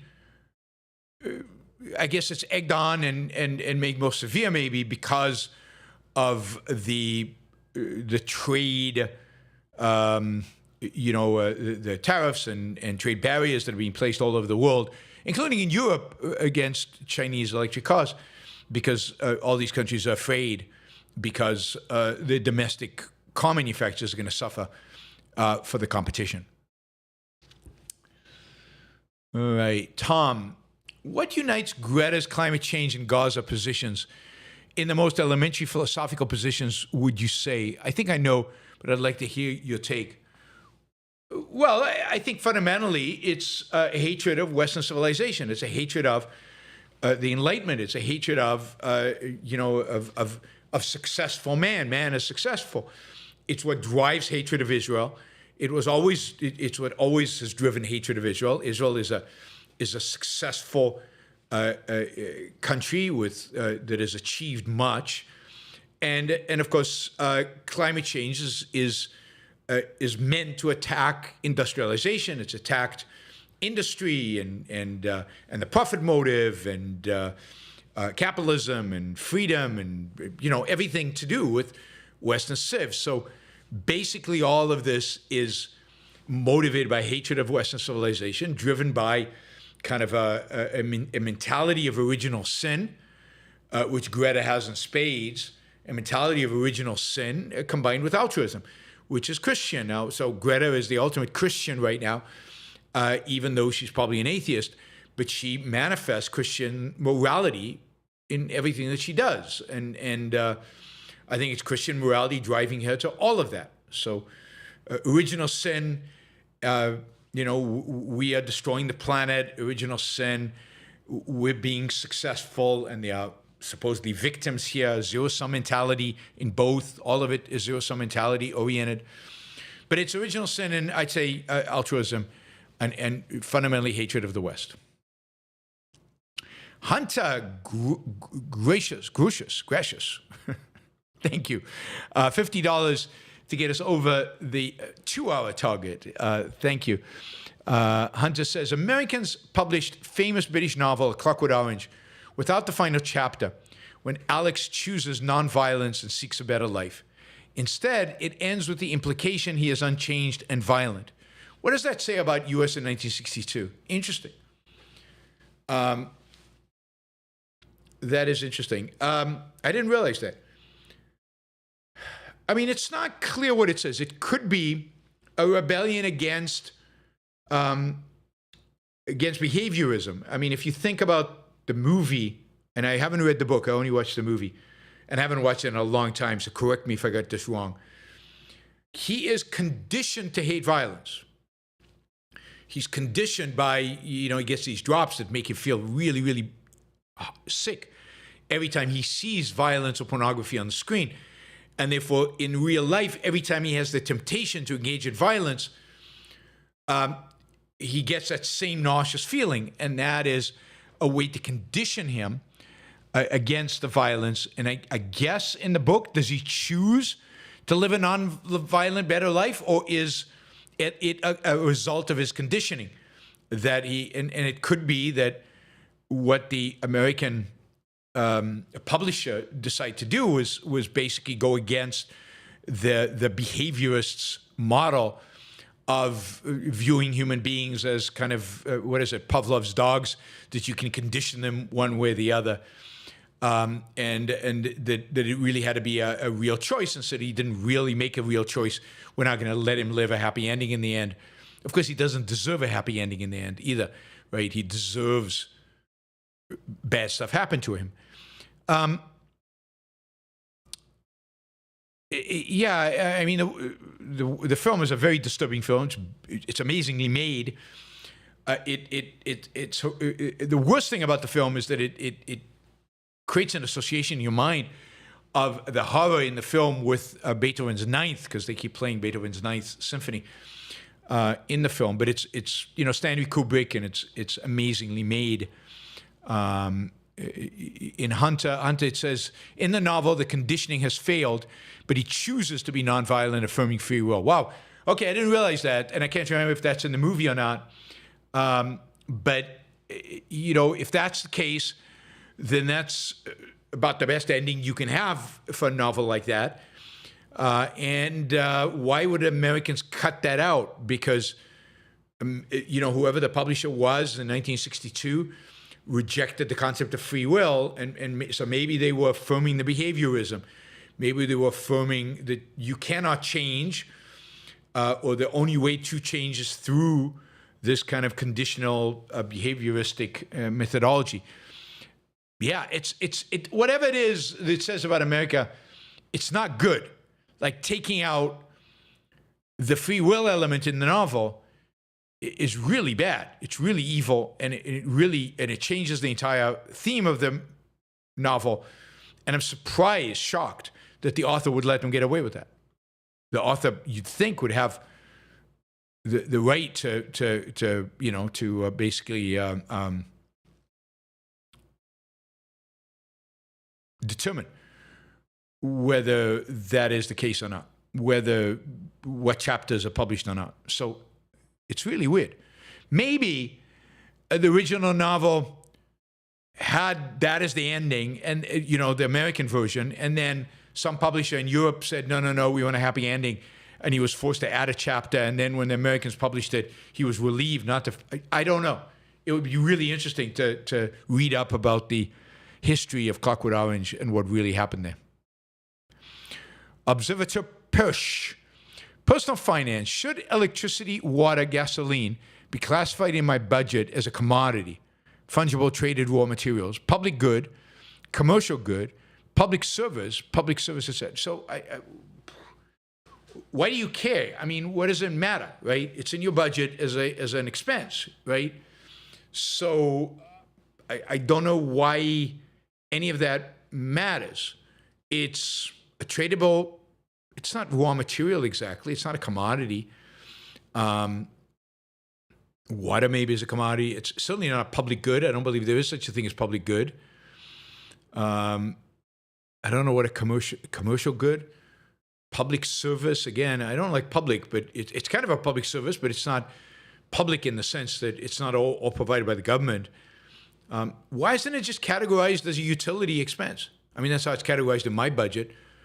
I mean, electric and water categorized as utilities, and gasoline is characterized as an auto expense, as a cost of running my automobile. Just it goes together with my car loan, right? In one category under automobile. So I'm not sure why you care.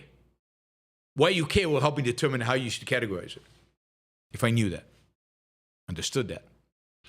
Hunter says about Clockwork Orange, publishers were on record, I believe, saying it played better to America. Anthony Burgess, the author, was famously peeved. I'm surprised still that he didn't have the ability to stop them from doing it. So it's not a good sign that that in 1962 they believed that. It just shows that at least the publishers were supernaturalistic and rejected any hint of romanticism in Ayn Rand's view being primarily focused on free will, on the idea of free will in a novel. Mary-Aline, thank you for the sticker. Barbara, thank you for the sticker. Linda, thank you for the sticker. Really appreciate the support. Observer Persh says, characterized as utilities, well, just epistemologically curious. Well, I mean, if epistemologically, you'd have to have a clear definition in your mind of what does public good mean? What does a commercial good mean? What does a public service mean? What does a commodity mean? It's certainly not a commodity. None of those are commodities. So you'd have to have a clear definition of what they mean. And I'm just not sure it's worth the effort to go through the exercise to figure that out, just as if it doesn't have a practical application. It's a utility expense. Yeah. Another $50 from Observateur Persh. He says, aesthetics, entertainment. Do you value Broadway musicals in general, at least to the degree you watched the Tony Awards last night? Thanks for your show. No, I don't watch award shows generally. I don't like them, and they usually are not. I don't know. I don't particularly like the people there, and I don't usually agree with the awards that they're giving out. Oscars. I used to watch the Oscars, but I don't follow Broadway musicals much, I have to admit. I mean, problem is I don't live in New York, and I don't live somewhere where it's easy to see musicals. If I go to New York, I'd rather go to the opera. Again, not that I have anything against Broadway musicals. I like them when I see them, but I just don't. I don't spend a lot of time and focus a lot of time on there. And if I like Broadway musicals, they tend to be old ones from the 50s and 60s, 40s.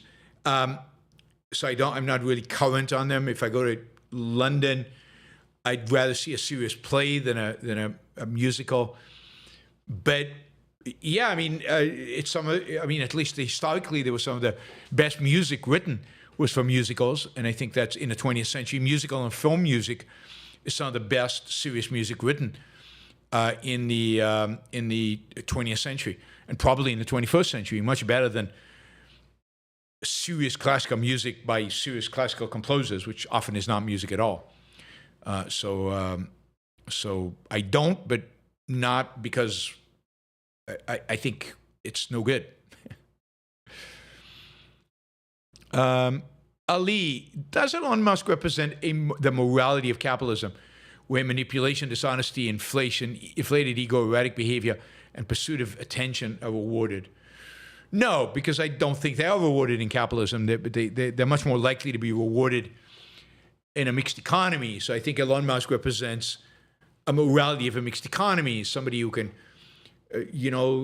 take a variety of different political positions, schmooze with, and get really excited, and then get to schmooze with political leaders, get notoriety for standing up against regulators. So if you think about it, 5, 6, 7, 8 years ago, Elon Musk was this guy doing Tesla and SpaceX, and kind of respected him as an entrepreneur, but he wasn't a household name. What made him a household name is his, cultural entree into things like Twitter, and then politics with Donald Trump, and all of that. Maybe a little bit some of his better commentary around COVID, while COVID was going on. But no, I think it's quite the opposite of what a morality of capitalism represents.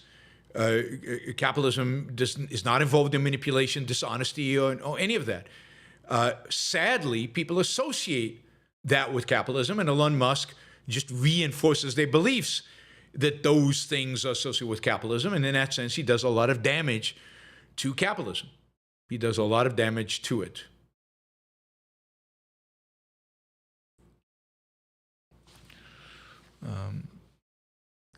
Jeffrey, what is the relationship between principles and values? Well, some values are principles. The principles of morality. That is, some values are values on principle as part of a moral code. But not all values are. The fact that you value sushi, great sushi, is not a principle. It's a statement about your preferences and about your value hierarchy related to food, but it's not a kind of universally applicable guide to making decisions in life. As, let's say, the fact that you value reason would be. Right? The fact that you value reason affects everything that you do, every aspect of your life. So the value of reason is a moral principle because it guides every decision you have. The fact that you have to make a profit, that's just a business principle. Profit is a business principle. Businesses cannot survive without profit. And it's universal, and it should shape much of your decision-making when it comes to business. But we have a lot of personal values, day-to-day values, the choice of our career, the choice of our, that, don't serve as principles that guide our life. They serve as guideposts, as something we're directed towards. You should take a look, and I should do the same thing. Take a look at Leonard Peikoff's book, essay on why we should live on principle. And he had a book. I thought they brought a book out. What's that?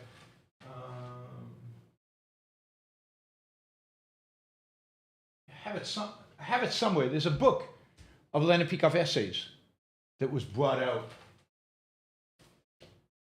Yeah, but I don't know. Somewhere in my bookshelf, I can't find it, where that essay is there. But not all values are principles. Not all principles are values. Principles are, grand integrations.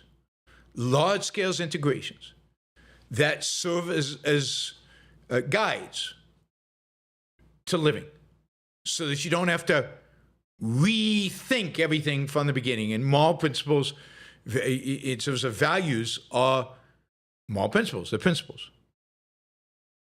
Yeah, the book was given away at the last Ocon, and I have a copy somewhere here. And I thought it would be with my other Leonard Peikoff books, and I can't find it. Anyway, later I'll look for it and put it in its rightful place. Thank you, Jeffrey. I really appreciate it. All right, Lucinda had something to say about she said about Clockwork Orange. In the Clockwork Orange book, the main theme is the futility of artificial conditioning. The title actually symbolizes this. Novel also first shows the conditioning failing before the redemption. Yeah, I mean, that's good. It's much better. And I can't remember if the movie does the same thing or not. She then goes on to say, I'm just doing these because they're related to a topic we've already discussed. If I remember right, in the Clockwork Orange novel, the main character does worse things than in the movie. Pretty sure he rapes 2 10-year-olds in the novel. Oh, God. Maybe that's why they didn't want redemption. I mean, there's a sense in which he doesn't deserve redemption. In a sense in which, after you kill and rape, the only thing that you deserve is death. And you know, the redemption is there's a sense in which it's impossible. So I can understand maybe they didn't want him to be redeemed even through free will. Redemption would have him surrender himself to the authorities and demand to be placed in jail for the rest of his life. That would be true redemption. And I guess he didn't do that. So maybe it was an issue of justice. Maybe, and this is a better interpretation, I guess, of the American publisher's motivation, maybe it was an issue that they thought the American public wouldn't tolerate, given what he had done, him being redeemed through free will or any other way. In other words, not fully suffering the consequence of what he had done. Observateur Persh, politics. How much of the LA social discord do you think is attributed to Trump as an intentional tactic to deflect from his Musk-Trump spitball contest playing out on an international scale? No, I mean, I don't think so. I mean, I think it was just a matter of time before, at some point, people got fed up with these ICE raids. I think it was more likely to happen in LA than anywhere else. Partially just sheer numbers, and partially because, you know, Los Angeles has more people who are friendly towards the immigrants' cause. And then I think Trump was just looking for an excuse to bring out the troops. I didn't mention this earlier. I should have.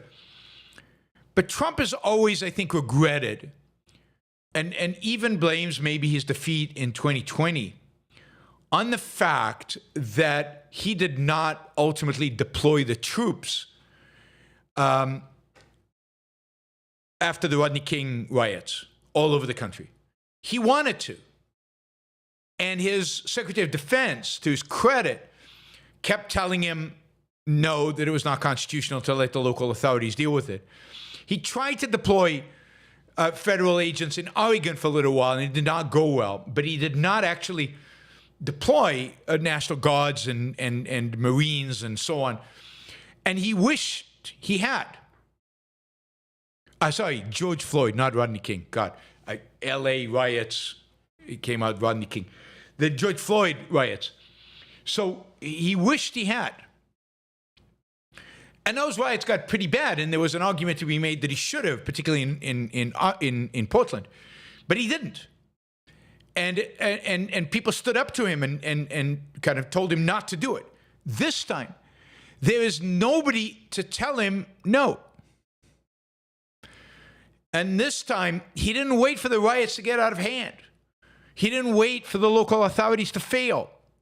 This time, he jumped the gun. Not because of, I think, Elon Musk, but because he wants the power, and he wants to assert it, and he wants to be out there.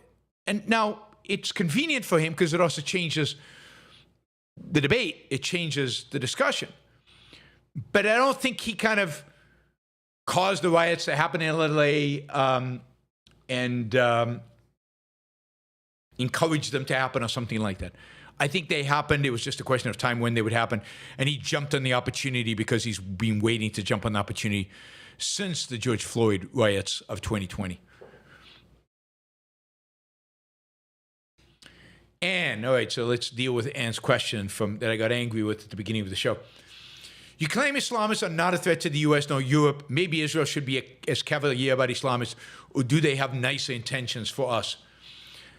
I mean, this is such a complete misrepresentation of what I said. I said that I don't think that they're the ultimate threat. I think that they will be defeated. But I have fought against Islamists everywhere.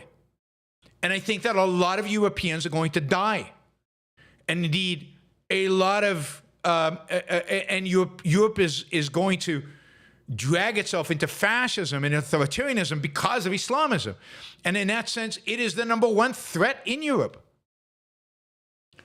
But the ultimate victory is not going to be the victory of Islam. Islam will not take Europe over. Some authoritarian thugs will. And they will be doing it probably in the name of some nationalistic religious cause. But the only thing that makes them possible is the Islamists. And on the path to getting there, the Islamists are going to kill a lot of people because that is their modus operandi. And to avoid Europe and to some extent the United States becoming authoritarian hellholes, we need to defeat, crush, eliminate Islamism as a force in the world. I have called for flattening Iran, giving it the infrastructure that its philosophy deserved. I've called for war against every single Islamist organization in the world, including the Muslim Brotherhood that has its tentacles into Europe and even into some mosques in the United States. Nobody, and I mean frigging nobody that I know of, has called for a tougher military response to the Islamic threat than I have. And it is in that context of the Islamist threat to Europe and to the United States that I think Europe and the United States should support Israel in its fight with the Islamists. Because any defeat of any Islamist organization anywhere in the world helps the US and helps Europe. So to claim that I argue that Islamism is not a threat to the United States and Europe, as I said in the beginning of the show, is a complete, utter, dishonest, and I say dishonest because I've talked about this so much for so many years, misrepresentation of my views.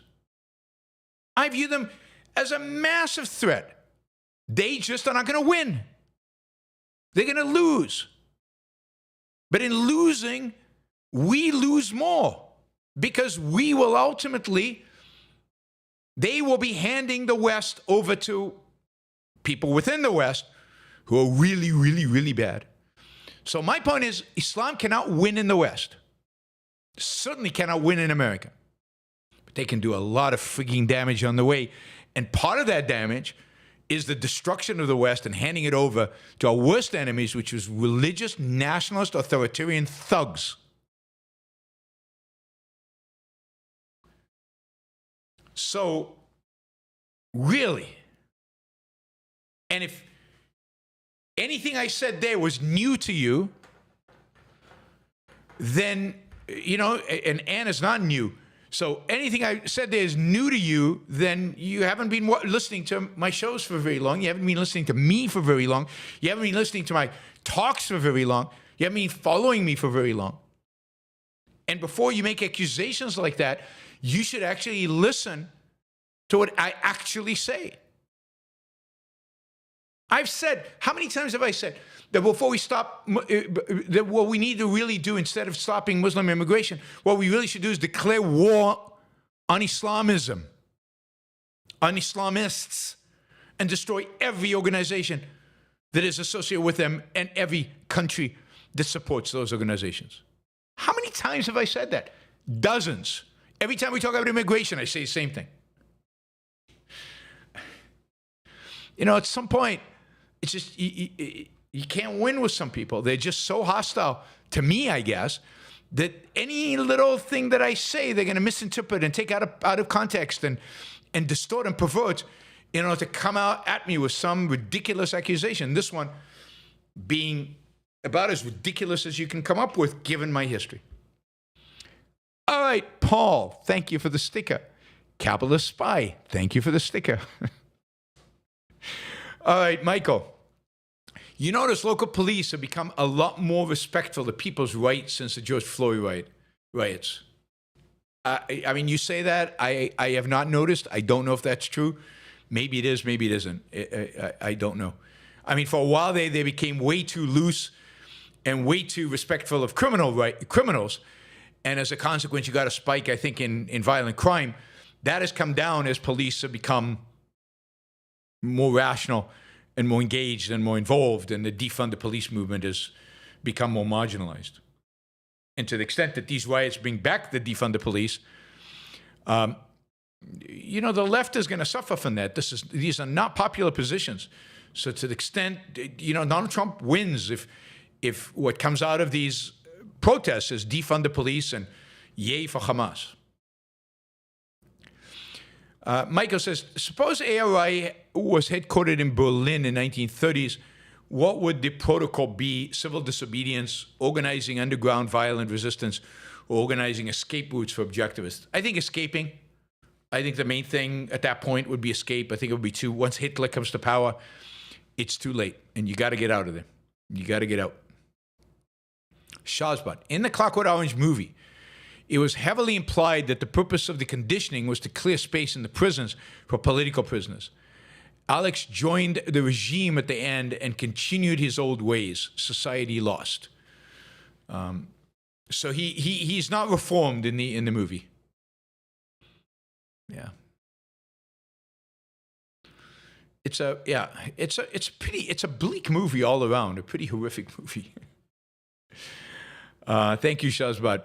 Henry, hi, Yaron. Good to watch you at the Institute for Economic Affairs talks in London and the other week. Rupert Lau, ex-Reform MP, recently did an interview with The Spectator. He referenced Atlas Shrugged as a must-read worth a watch. Yeah, I saw that, or I saw a reference to it. So that's great whenever a politician mentions Atlas Shrugged. Hopefully he's a good politician. I don't know.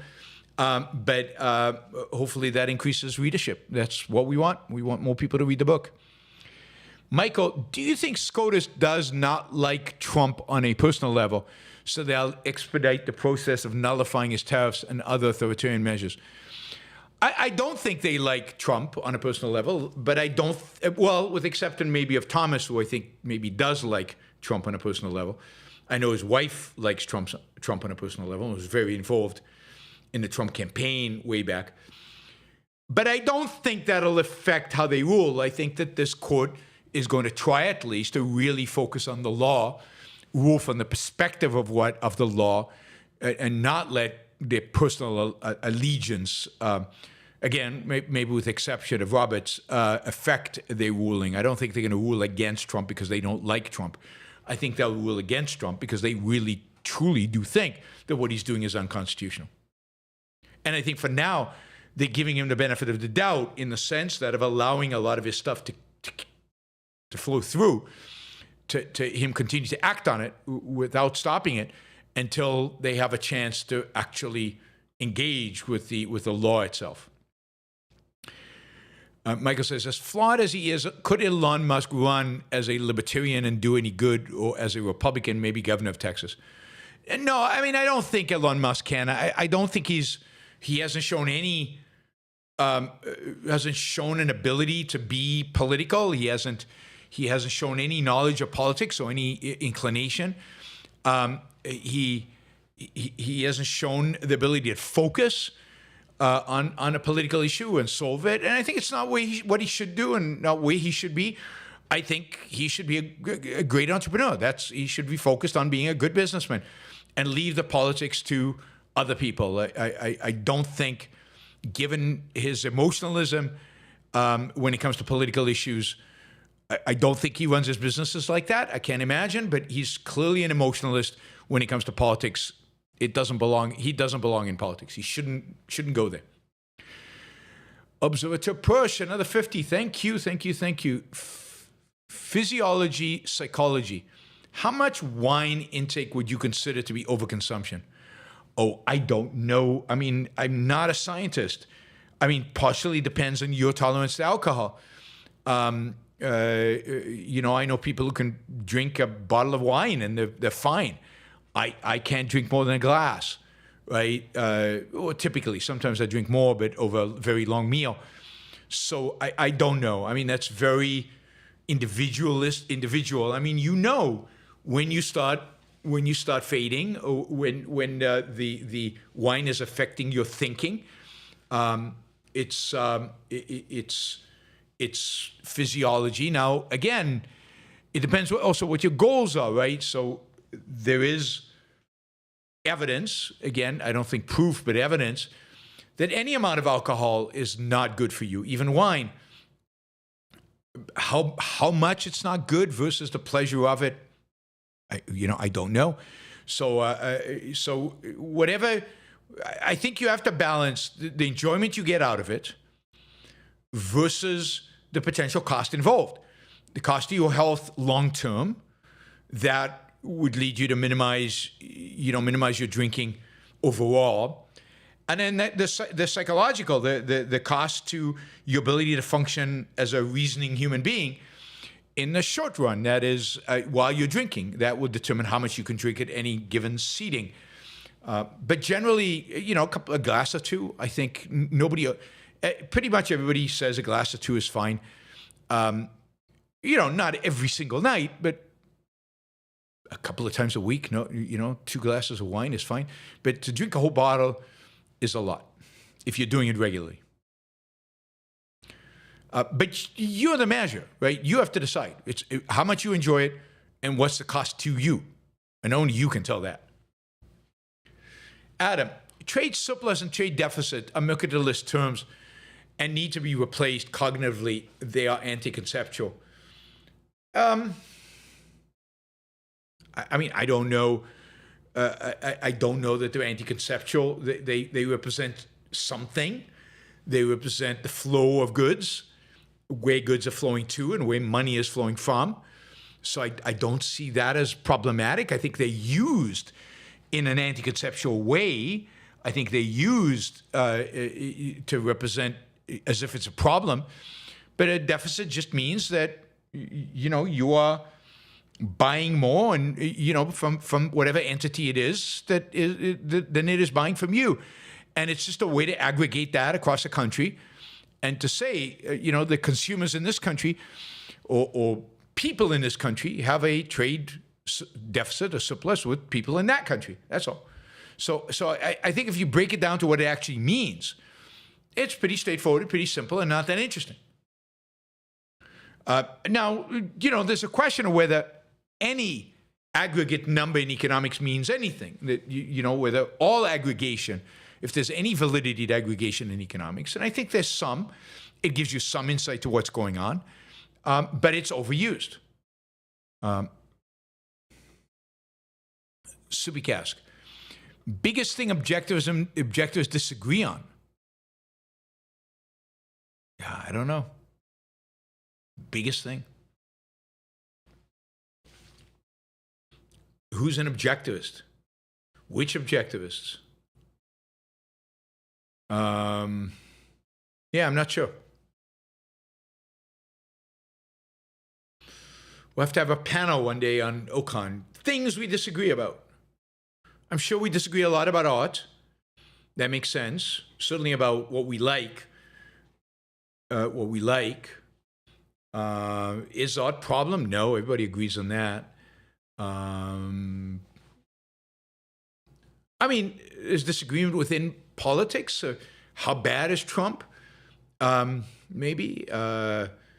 Probably disagreements about foreign policy. probably some disagreement. Should we have to defend Taiwan? Should we? I don't know. Don't know. Have to think about it. Stephen, hi, Yaron. Love your show. Have you heard of ICE agents waiting to pick up respondents, aliens, in immigration court? What do you think? Yeah, I mean, I've heard of people going for like interviews at the immigration court. They're in the process, and then somebody will say you didn't dot the I, you didn't cross the T 7 years ago when you applied for this or that, and they arrest them and they deport them.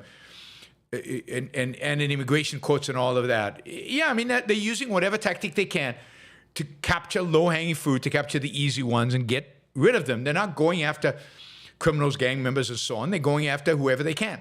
And I think it's all despicable. I think it's terrible. I think it's literally terrible.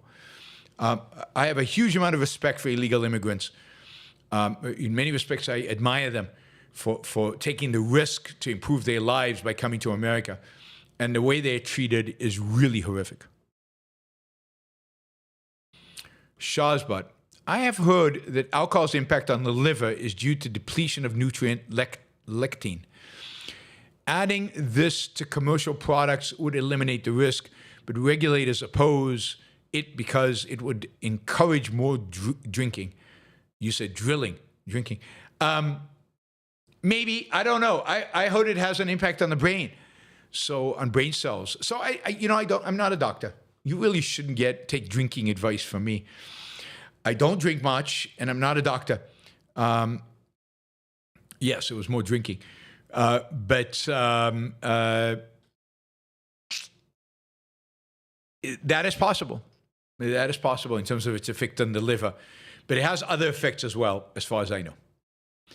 Neo, what other options did Palestinians have during the 2005 elections other than Hamas, and would it have made the situation any better?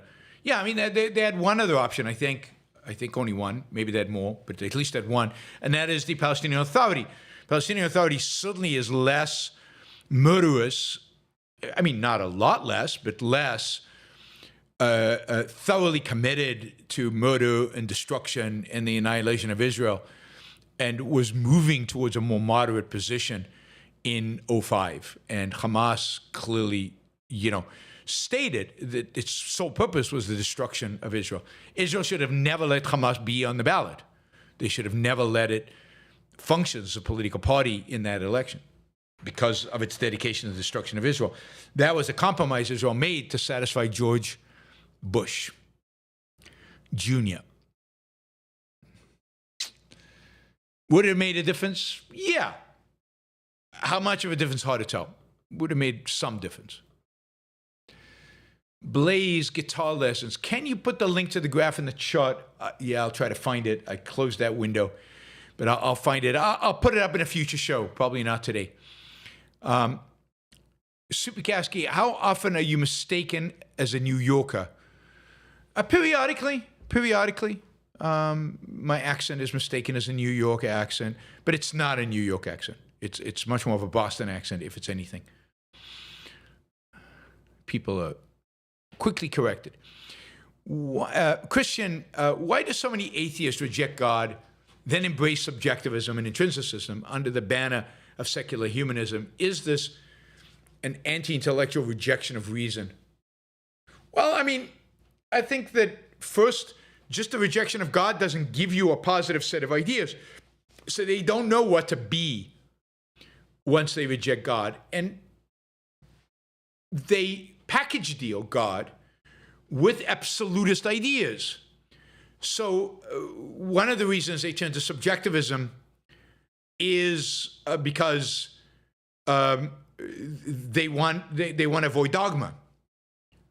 And because they associate dogma with religion, and they've rejected religion. And look, the reality is that other than objectivism, all other ideologies, theories, views, moral codes are either subjectivist or intrinsicist.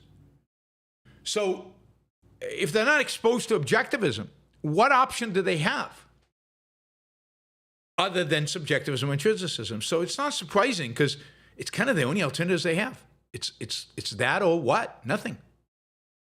if objectivism is not available to them. Handler Man, what is your opinion of Netanyahu? Do you oppose Israel's settlements in the West Bank? Oh God, this is a big question. I am very, very, very negative on Netanyahu. I have been a critic of Netanyahu since the 1990s. I think Netanyahu is a wimp. I think he's weak and shallow, and a demagogue, and interested above all in political power above anything else. So I am a huge opponent of Netanyahu, not because he's tough, but because he's weak. I think that Gaza should have been flattened and taken over and reduced to ashes to a large extent in the first weeks after October 7th. Indeed, I think Israel should have done that, 15 years ago, in the first time the Gazans lobbed missiles into Israel from Gaza. Gaza should have been dealt with, should have been, occupied. So I think Netanyahu is partially responsible, to a large extent responsible for October 7th. I think his policies led to it. I think his policies reflect weakness, and he supported Qatari money going into the Gaza. I mean, there's a lot of things they did. It would take me a couple of hours to describe everything I oppose Netanyahu in. In terms of the settlements in the West Bank, it depends which settlements. So if settlements are built on land that is stolen from Arabs, then I think those settlements are illegitimate. I think property rights would demand that those settlements be dismantled and done away with. But settlements that are built on land that is purchased from Arabs by Jews, I don't see what the problem is. Somebody purchased land and they build a settlement on it. Or for that matter, if settlements are built on land that is owned by nobody or owned by the government, because it was owned by the Jordanian government, now it's owned by the Israeli government, and used to be owned by the British Mandate, and before that by the Ottoman Empire Mandate, then again, there's no problem, as long as land is not being confiscated, not being stolen, not being taken by force from individual Arabs. I have no problem with the settlements. Now, I have a problem with the mentality of the people who live in the settlements. Many of them, not all of them, but many of them, are nationalistic, religious nutcases who have a messianic view of their position in Israel and what should be done. And many of them are willing and have engaged in violence towards their Arab neighbors. And I think when they do, they should be prosecuted to the full extent of the law. So I support some settlements, not all, and I support the application of Israeli law on all people, including the Jews who attack Arabs, and I think they should do a better job in doing that. But the key to this is property rights. Observateur Purcell, getting to know you. Do you have any deep regrets from your personal experience through life at this time? Examples: psychometric responses, too many to count. Not very, I don't understand. What's psychometric responses? I don't know what a psychometric response is. Again, thank you, being true to you. Yeah, I don't know what you're exactly asking. Do you have deep regrets from my personal experiences through life at this time?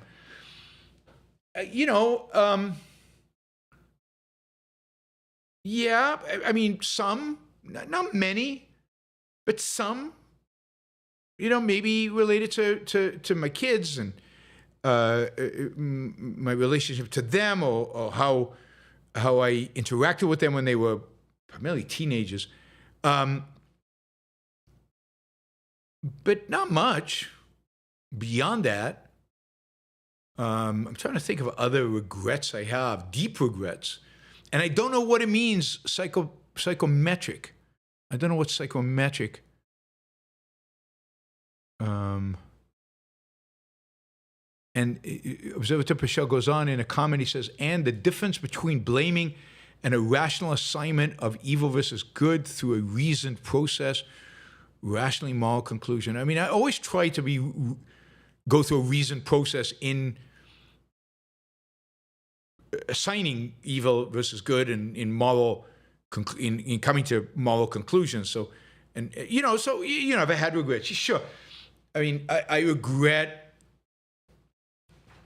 appeasing some people that I shouldn't have appeased for longer than I should have appeased them. So I regret being nice to people that didn't deserve to be nice to because there was some of the benefit I was receiving, or I regret in some cases not firing people earlier than I ultimately fired them, or tolerating bad performance, bad behavior longer than I should have. So yeah, I mean, if I've been guilty of anything, it's been tolerating bad people for too long. Observatory Press says, psychometric response is based on a survey standard. Just your take on personal regrets through life. Are you like most people who think they could have done something better than in the past? Sure. I mean, I think it's rare that you could say everything I did in the past was absolutely the right thing. You learn. You gain information. We're all very much raised in an irrational world with a lot of irrational premises as part of it. So there's certainly mistakes that I made, trade-offs I made that are wrong, that I think ultimately resulted from, I think, relatively small, but still small acts of evasion, that in that sense were immoral, that I made in treating people in ways they didn't deserve to be treated, usually too well, not too badly, too well. I should have been harsher to with some people earlier, and it took me too long.